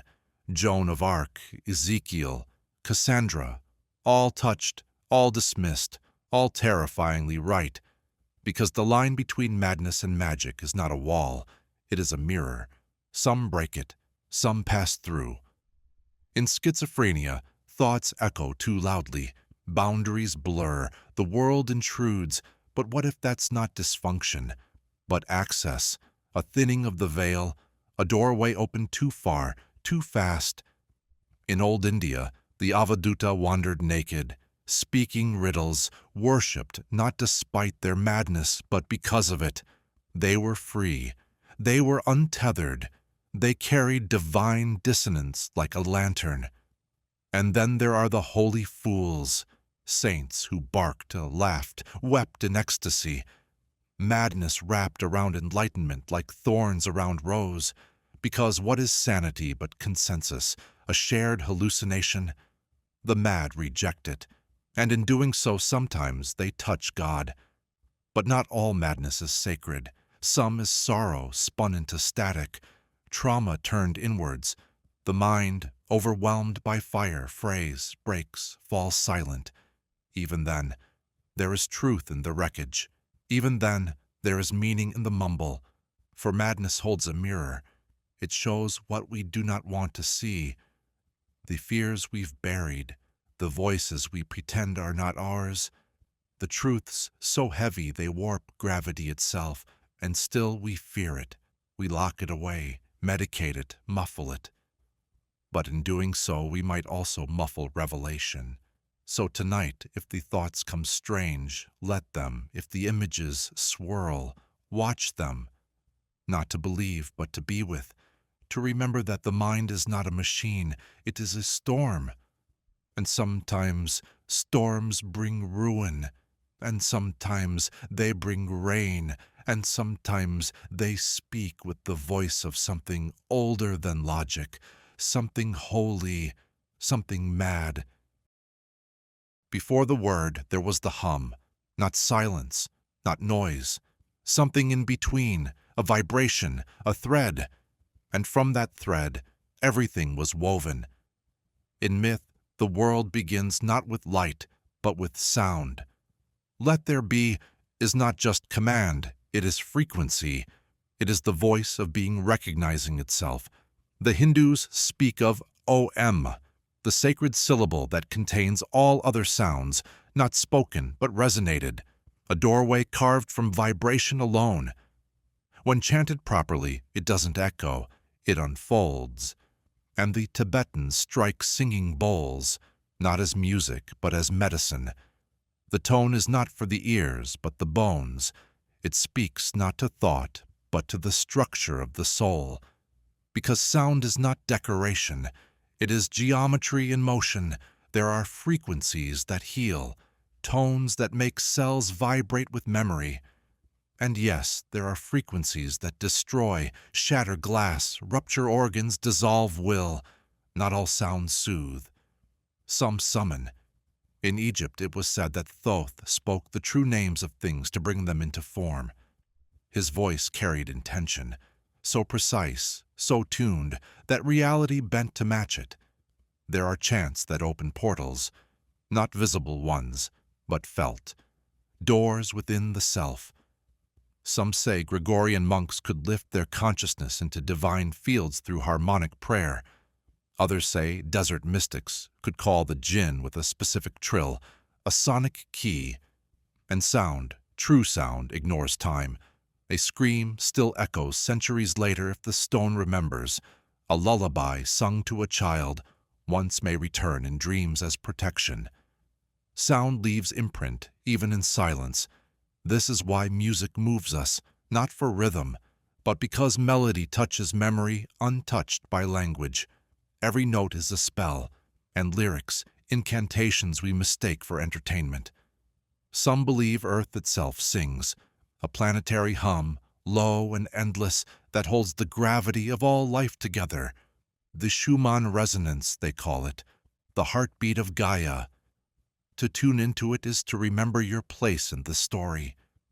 And then, there are sounds we are told not to make, names that unravel, tones that fracture, frequencies that were buried, hidden, forgotten, not because they are evil, but because they are too true. You feel it, don't you? The way your name changes when whispered, the way a loved one saying it softens your breath, the way a stranger screaming it alters your spine. Sound alters shape, thought becomes wave, wave becomes path, path becomes door. So tonight, when all is still, hum, not a song, just a tone, one note carried in your chest. Let it rise, let it settle, and listen, not to the sound, but to the space it opens. Some numbers speak, others hide, and some wear masks. There is a rhythm beneath reality, too precise for coincidence. Numbers return, over and over, looping like incantations stitched into the seams of matter. 3, the Trinity, the triangle, the spell that binds beginning, middle, end. 7, planets, sins, seals, the number that refuses to divide. 13, feared, avoided, revered, a number exiled from calendars and elevators, not because it brings bad luck, but because it remembers too much. 108, the rosary, the mala, the sacred circuit, one and nothing and everything. And then there is 666, a number whispered, printed, hidden in barcodes and dreams, called the beast. But the beast never spoke. It reflected. 666 is not evil. It is a mirror. 3 sixes looped into themselves, folding back. The number of the self obsessed with self, the recursion of identity. And yet we fear it, not because we understand it, but because it knows us. Ancient mystics practiced gematria, the art of numbers hidden in letters. Every word a value, every phrase a code. To name something was to calculate it. To speak was to invoke an equation. Some say the pyramids hum with geometry, aligned to the stars by design. Not tool, built not just for death, but for data. Frequencies encoded in stone, ratios whispering across time. And then there is divine geometry, the spiral, the golden ratio, the hexagon in a snowflake, the math that underpins myth. You do not see it, but your body does. It is drawn to symmetry, to repetition, to the way flowers unfold not at random, but according to law. The universe, it seems, is not spontaneous. It is patterned. And in this pattern, numbers do not explain. They mask. They do not reveal truth. They suggest it. A veil of logic draped over the ineffable. But look closely, and the veil flickers. In dreams, you may see a number, once, then again, and something deep inside begins to shift. Not in your mind, in your narrative field, the part of you that orients, that remembers forward. That number is not coincidence, it is a summons, to notice, to decode, to see through the mask. So tonight, before your eyes fall into the cradle of sleep, listen to the numbers that return, not on clocks, but in instinct, in fragments, in the angle of your head as you look at the sky, and ask, which number has been watching me? Which number wears my face? The gods were not always above. Once they walked, and bled and loved, and once they were us. There is an echo beneath every myth, a whisper behind the thunder. It says, you were never just human, you were always divine. In ancient stories, mortals ascend. They become constellations. They are swallowed by light. Hercules, born of flesh, dies into immortality. Inanna descends, is torn, returns more than queen. Goddess, in Eastern paths it is clearer. You awaken the Buddha within. You realize you are always the universe, dreaming itself. Ego is not evil, it is just too small. Christian mystics speak of theosis, becoming godlike, not through sinlessness, but through love that consumes the self. You dissolve into light not because you are perfect, but because you are ready. Even the Gnostics whispered, the divine spark lives in the cage of skin. You are not fallen, you are asleep. So why do we forget? Why do we kneel before altars, not realizing the flame burns behind our ribs? Because the divine is not given, it is remembered. You must walk the spiral. You must descend through loss, confusion, madness, until the voice within says, you were always more. And then, the shift, the dreams sharpen, synchronicity sings. You speak, and the world echoes back. Not because you are special, because you are finally aligned. You are not becoming a god. You are remembering that you already were. Even language betrays it. I am, the phrase of power, of presence, the name whispered from burning bush, the mantra behind all mantras. I am, not a thing, a state, and in that state you carry stars. In your blood, the record of galaxies. In your breath, the rhythm of all who have prayed before you. And if you reach deeply enough, you can create, not buildings, not machines, worlds. Your thoughts birth symbols. Your words shift tides. Your presence warps chance, not metaphor, not poetry, law. So tonight, when the wind hushes and the stars peer closer, say nothing, just feel the small flicker behind your sternum. That is not your soul, that is your throne. You have not been forsaken. You have only just begun to rise. You do not vanish, you do not stop, you change. In every culture, every myth, every whispered story told at bedsides and bonfires, there is one truth beneath the fear. Death is not departure, it is passage. The soul does not break, it unfolds. The ancient Egyptians weighed the heart, not to punish, but to balance. A feather on one side, memory on the other. If the soul was too heavy, it was not condemned. It was simply returned, rewritten. In Tibet, the bardo awaits, a space between, a dream of dying where thought becomes shape and fear becomes reality, unless one awakens, remembers, chooses. In Africa, the ancestors walk beside the living. They are not gone. They are the wind behind decisions, the warmth in blessings, the whisper in moments of sudden knowing. And in many corners of the earth, ghosts remain, not lost souls, but unfinished stories, not trapped, but tethered. By love, by vengeance, by memory that still breathes.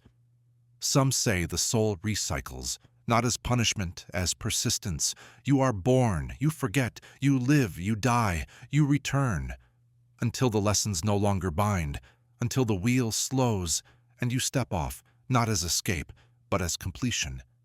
Others believe we scatter. Pieces of soul find new homes, one in a child's laugh, one in a stranger's dream, one in a tree that grows in soil you once kissed. And still some say we do not go anywhere. That death is not travel, it is expansion. You do not rise, you spread, you become cloud, field, moonlight on old windows. Because perhaps death isn't the end. Perhaps it's the point at which the self softens, becomes story. And stories do not die, they are told, and told, and told again. You have felt it, those moments when the air grows still and someone not present feels present, when a name surfaces unbidden, when a photo shifts slightly on the shelf. These are not accidents, these are reminders that love is not bound by breath, that the dead never left. So tonight, as you close your eyes and release the day, do not fear what follows. There is no darkness waiting. There is only a door, and beyond it, you, but wider and older and full of light. Before language, before fire, before names were carved in bone, there was belief, not as thought, as force, a hum behind the ribs, a pulse that bent the air, a will so deep the world itself adjusted. We did not describe reality, we shaped it. A child believes the shadow is alive and it moves. A tribe believes the storm is angry and thunder answers. A civilization believes gold is sacred and empires fall to seek it. Belief is not imagination. It is architecture. It builds temples and fears. It sculpts gods and ghosts. It weaves the veil you call reality, then dares you to look behind it. Every spell begins the same. I believe. Say it softly. Say it aloud.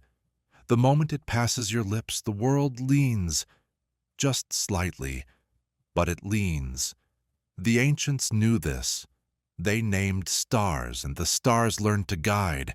They spoke to rivers, and the rivers listened. They painted caves not to remember animals, but to summon them, because belief summons. And what you summon, eventually, arrives. The first spell was not Latin, not Sanskrit, not glyph or rune.